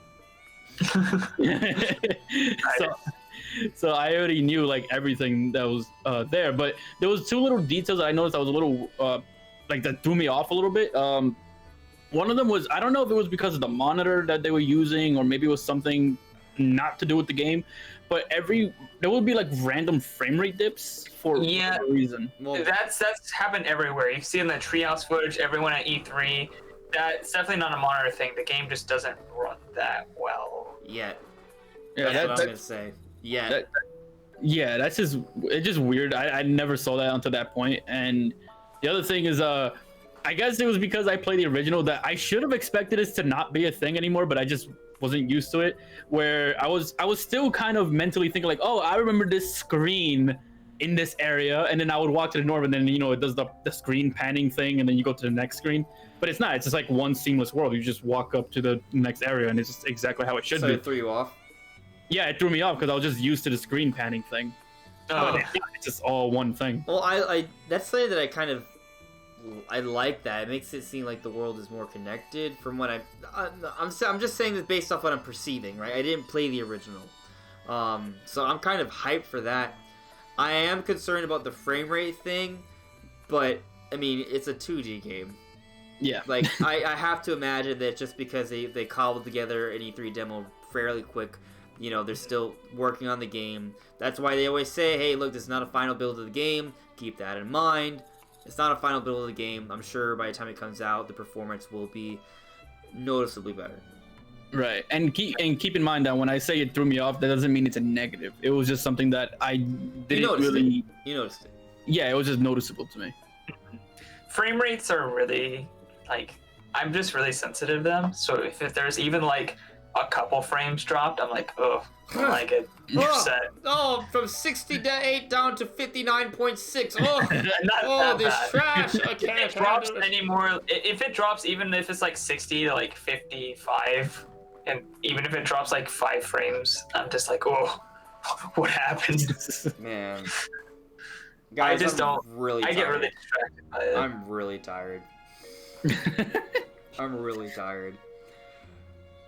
I'm excited for Link's Awakening. Let's end this with I guess our top 5 most hyped. No, I feel like we're gonna have the same lists. So let's just do a top 10. I know it's a lot, but can you guys give me 10 games from E3? And even if it's not, you know what? I don't know. Just tell me games that you're excited about. Top 6.5. Sure. I'm really hyped for Link's Awakening.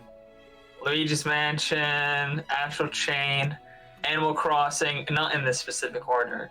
Animal Crossing, let's see. What else? Hold on, I have a whole list. Panzer Dragoon for me, Witcher 3. Where is it? Trials of Mana, I thought that was beautiful. Trials of Mana is really cool. Obviously, Pokémon Sword and Shield. Fire Emblem, I think they showed that off way better than they did in the Direct. I haven't paid too much attention to it.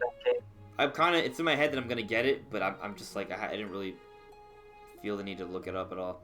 Witcher, that's 6. I I don't really know. Probably should What play- else? What else? Probably should pick up Games of Hyrule. Canes of Hyrule, I'm gonna probably buy that tomorrow. How much or is the it? next day stream. It's 25 like 25. bucks. $25. All right. It's pretty cheap. It's pretty normal. Yeah. I probably should get Reasonable. Hollow Knight first. Whatever. I've been playing Cadence of Hyrule, it's pretty good.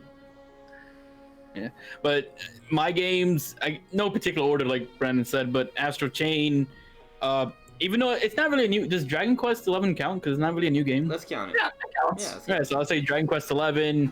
I'll say Doom Eternal for myself. Oh, yeah. I'm interested. I really loved Ori and the Blind Forest, so Ori and the Will of Wisps is another one for me. I just got that on Game Pass on my PC, so I'm gonna try that out. Good. It's so good. I definitely play it. What else is there? Luigi's Mansion is another one. I wasn't even like considering it before, but after I played it, I was like, never okay, really sold you. That's Okay. really interesting. yeah. Like I, it just looked like another. Like I don't know, it just didn't look like they did much to it in the moment, but playing it felt different from that. I guess I'm not really sure how to like word that, but Link's Awakening, I can't really think of that much actually. There's mostly Astral Chain, Doom Eternal, Link's Awakening. I guess Borderlands 3 because I like Borderlands, Okay. but most of what. Resident Evil 7 remake. I'm into that. I'm actually surprised I never mentioned this entire time. No More Heroes. It's not for Switch though. Oh, No More Heroes 3. Oh, yeah. No More Heroes 3. We don't know much about it yet. I've never played any of those games, so I'm super excited about them because it's kind of like there's not a lot of games these days. Borderlands is the only other one that comes to mind that focuses a lot on being a comedic game in terms of like mature comedic. Mm-hmm. It's usually just like it's either serious and gritty or Nintendo childlike, humor kind of thing, Mhm. or like family humor. There's But- that Justin Roiland game that came out. Yeah, Trover Saves the Universe. Yeah, that one's funny. Yeah, like those games, like I have a very big, because obviously like I like comedy, but I don't want all video game comedy to be like family friendly humor. I want them to Right. push that a little bit.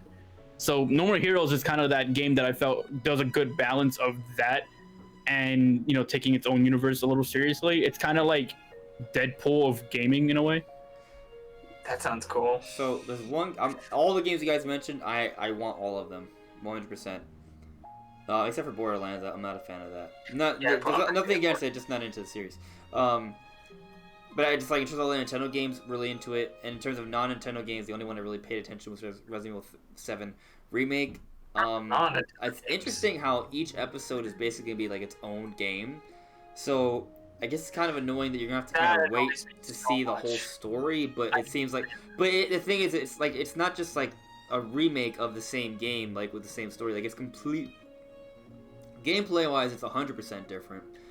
Story wise, it looks like they're gonna be injecting like a lot of more elements in between the plot points, from what I'm perceiving at least. So the games are still gonna be really long. It's just the thing is, I don't know the whole story for Resident Evil 7 because I only started playing it recently on Switch. But like, if you know the whole story, and even though you're gonna be getting like bits and pieces in between, right? Maybe they'll remix it up a little bit, but if you know the plot points, you're only gonna get to a certain amount of plot points before you have to wait till the next episode. You know what I mean? So I'm interested to see how people are gonna perceive that and enjoy that. But gameplay wise, it looks really impressive. I think it's really cool. There's one game, guys, you didn't bring up though, and Shifty, because he brought up No More Heroes 3, I feel like this one kind of applies as well. The sequel to Breath of the Wild. You guys, you didn't bring it up. It's so far out. I try not to think about it so I don't have to feel the weight. I don't think it's far out. I think it's 2020. I think it's holiday 2020. I guess that's true, and I guess No More Heroes is under that too, but It feels so far. I mean, a lot of people don't think it's feels holiday far. 2020. A lot of people think it's stupid to think it could be coming out next year. Some people think it has to be 2021 at the earliest. I disagree. I have a video coming out later this week to disprove that, but, if we get into that, that could be another 35 minutes. And I'll be dead by that point. I guess another non-Nintendo game I'm really hyped for is Halo 5. Yeah. No, Halo 6. Which one is it? Halo 5, sorry. Halo Infinite Halo is the 6. sixth one. I'm interested in Halo 7. There you go. Halo Infinite 2. Isn't Halo Infinite basically Halo 8? Sideways. What? Infinite. I suppose. But I think this is tired Andre's talking. Yes. This is I barely make sense. One more thing I want to touch on. So, do you guys think this is the best E3 Nintendo Direct ever? I think it's up there. It's definitely in the top 3.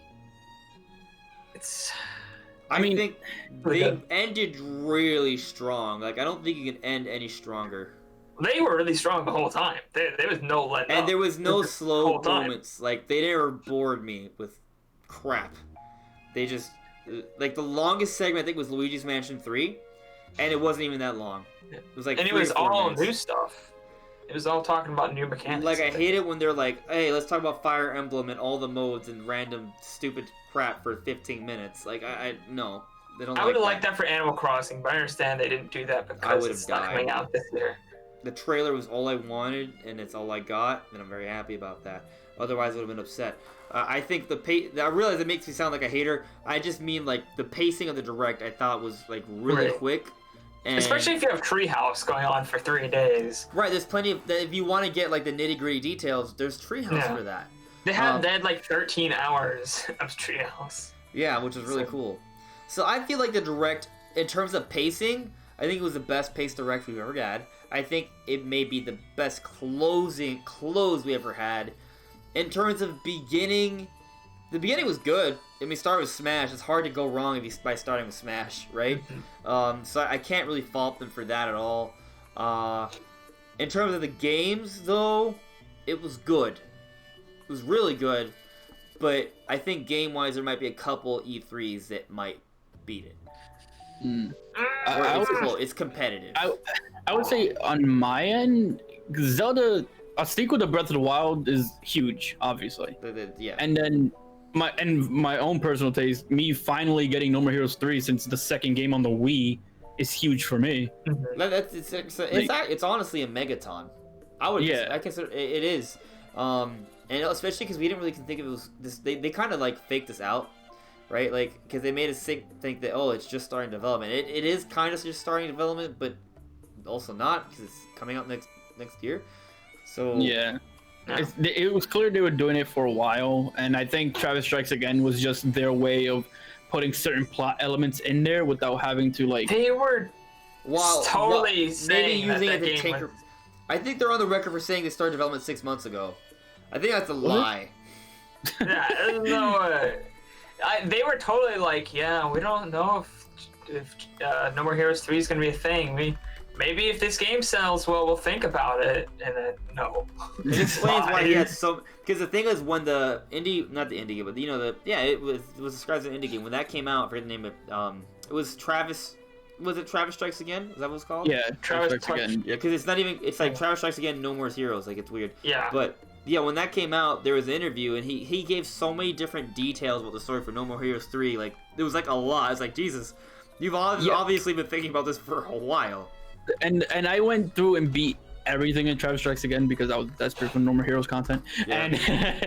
And the one thing that became apparent, very obvious to me when No More Heroes 3's trailer was going on, was that if you've played Travis Strikes Again, you already knew that was going to be what was happening. Because there was literally a point in time in Travis Strikes Again where, like, 2 alien galaxy, like, dudes show up and they just, like, tease, like, oh, maybe we'll see you again sometime, bye. And they just leave and they don't do anything plot-wise. Wow. They just tease that he'll come back later and Travis is like, yeah, I'll deal with it when he comes by. This is totally teasing it. I'm trying to find where they said that it was, I probably heard it in a discussion either from IGN or Game Explain. I'm also planning on doing a video about this soon, but I also believe that Suda51 is planning to do some kind of Avengers style, like, crossover thing with all his IPs. Oh man, that'd be really cool. I would love, you know what I would want to see? Because as a kid, I never actually got to play Killer 7. I just want to be able to play Killer 7. Well, my theory, I feel, is, like, almost concrete. Because if you play Travis Strikes Again, there's a lot of characters that show up that should not exist. Like, play Travis Strikes Again. Like, I don't know if any of you guys own it, because I know it's not exactly, like, the highest rated game ever, but... I've never owned anything by him, I don't think. Well, it's like... Well, Travis Strikes Again is on the Switch. It came out a few months ago, so... Yeah, but it's also being released on PS4 and PC now. Okay. But yeah, like they added an intro after the launch where it shows the dude from Killer 7. Like he's in the game, and then certain scenes show characters from other games of his. So it's kind of like alluding to something else. And he even mentions that if you look at interviews with No More Heroes, and clearly I've done a lot of research on this, he specifically calls out Marvel in 2 different occasions. He compares the No More Heroes 3 enemies to be Thanos level. And he mentions the Avengers by name in one other interview that I forgot what it was for. So it's like he's clearly taking notes from that, I guess, and trying to make his own universe. It's interesting. No, I kind of want that. It doesn't look. I don't know if they'll do it, but it would be cool if they like poured over like some sort of HD version of No More Heroes 1 and 2 on Switch. I feel like it's needed. I feel like that's needed even more so than Metroid Prime Trilogy. Just because Metroid Prime Trilogy has been widely available on the Wii, the Wii U, and I guess with the Switch too, but No More Heroes 1 and 2 has never been in a pack together. So it's never really been that easily available at any point. I'll agree that No More Heroes 1 and 2 are not as available as Prime Trilogy, but I will not say that Prime Trilogy is very easily obtained. The collector's edition is a fortune, and no one has a Wii U. I do. I'm no one. But if you're not a Wii U owner, it's really hard to get Prime Trilogy. Yeah, I'm not saying like Prime Trilogy is easy. I do agree. I'm just always the Prime Trilogy defender, so I'm just gonna like, I just think No More Heroes is just harder by comparison. Mm-hmm. Yeah, no, you're right. I would like to see that. Now, I would also say to your point that you don't really need to play a Prime Trilogy before Prime 4. Like, technically, every Prime game kind of is a standalone thing. Yes, the story connects with each other, and you can get something out of playing them in an order, but if Prime 4 is going to be anything like the first 3 Prime games, you're not going to need any prior background to enjoy the game to its fullest. Mm-hmm. I'd say like No More Heroes probably falls under that, because most of the people that I know that enjoy No More Heroes enjoy the zaniness of the characters and the interesting boss designs and boss fights and the comedy of the game itself. So you probably, I don't know, I guess it depends like how interested are you really in the world of No More Heroes, but I don't know. Like, I feel like most people have their enjoyment from the zaniness of the world itself rather than like the lore of it. Yeah, I get what you're saying. I hope they do it. I don't think it'll be hard to do. I don't know if they will. We'll see. I mean, because the game's already slated for next year, so and there's still no info on. There's still plenty of time to announce it though. Those games could even come out this year, right? Like one thing to point out is that, you know, everyone's like saying, oh, so that's all we're getting for 2019. Technically, no. Like if you look at the last couple of years for Switch, we still get announcements, and some of those announcements still happen this year, right? Like it's not going to be any sort of big major Nintendo game, right? Like it's not like Nintendo's going to announce Pikmin 4 in September, it's going to come out in October. That's not going to happen. But there may be some third-party things, some ports, things like that. They could still be announced to come out this year or early next year. So, you know, there's still stuff. There's still announcements to expect that could be something we experience really soon. Yeah, they can pull a port just for January, for instance. Yep, for sure. Now I really am like dying, so I think we should end this discussion. Any closing thoughts, guys? E3 was great. Loved it. Can't wait to make tons of videos on Breath of the Wild sequel and Animal Crossing. And at least half my videos stuff for the at least near future is gonna be about Zelda. Yeah. Like it's like basically Zelda, okay, other stuff, other things, Zelda, other things, Zelda, other thing. That's my pipeline right now. Mm-hmm. That's my same. Yeah. There's a lot I want to cover, and it's pissing me off when someone else gets to one of my ideas. I'm like, damn it. Okay, I'll still make the video, but I'll have to make sure I add something to it that someone else didn't. Like, I don't like doing repeat content. Like, so hopefully, I just wish I was 7 people. Yeah. But yeah. I guess my closing thoughts is if you haven't played No More Heroes, I highly recommend it. It's like a parody of the entire gaming industry. It makes fun of itself. It makes fun of other developers. It mentions Unreal Tournament by name multiple times. And you fap. And yeah, that is how you recharge your beam katana. Also, godlike soundtrack. So listen to it. Yeah. I resonate with all those thoughts, Shifty. Brandon, I'm right there with you with the videos. I think this is a really good E3 week. Pretty excited for this year. Lots of great games. I can't wait. So we'll see y'all really soon. There's still plenty of things to talk about. If you haven't checked out Brandon or Shifty, the links to both their channels are in the description below. Please check them out. Leaving a like would be greatly appreciated, and I'll see you tomorrow. I'm gonna pass out. Maybe Wednesday. We'll see. I have a job interview and work tomorrow, so we'll see what happens. But yeah, good night, everyone. See you later. Bye, guys. Later.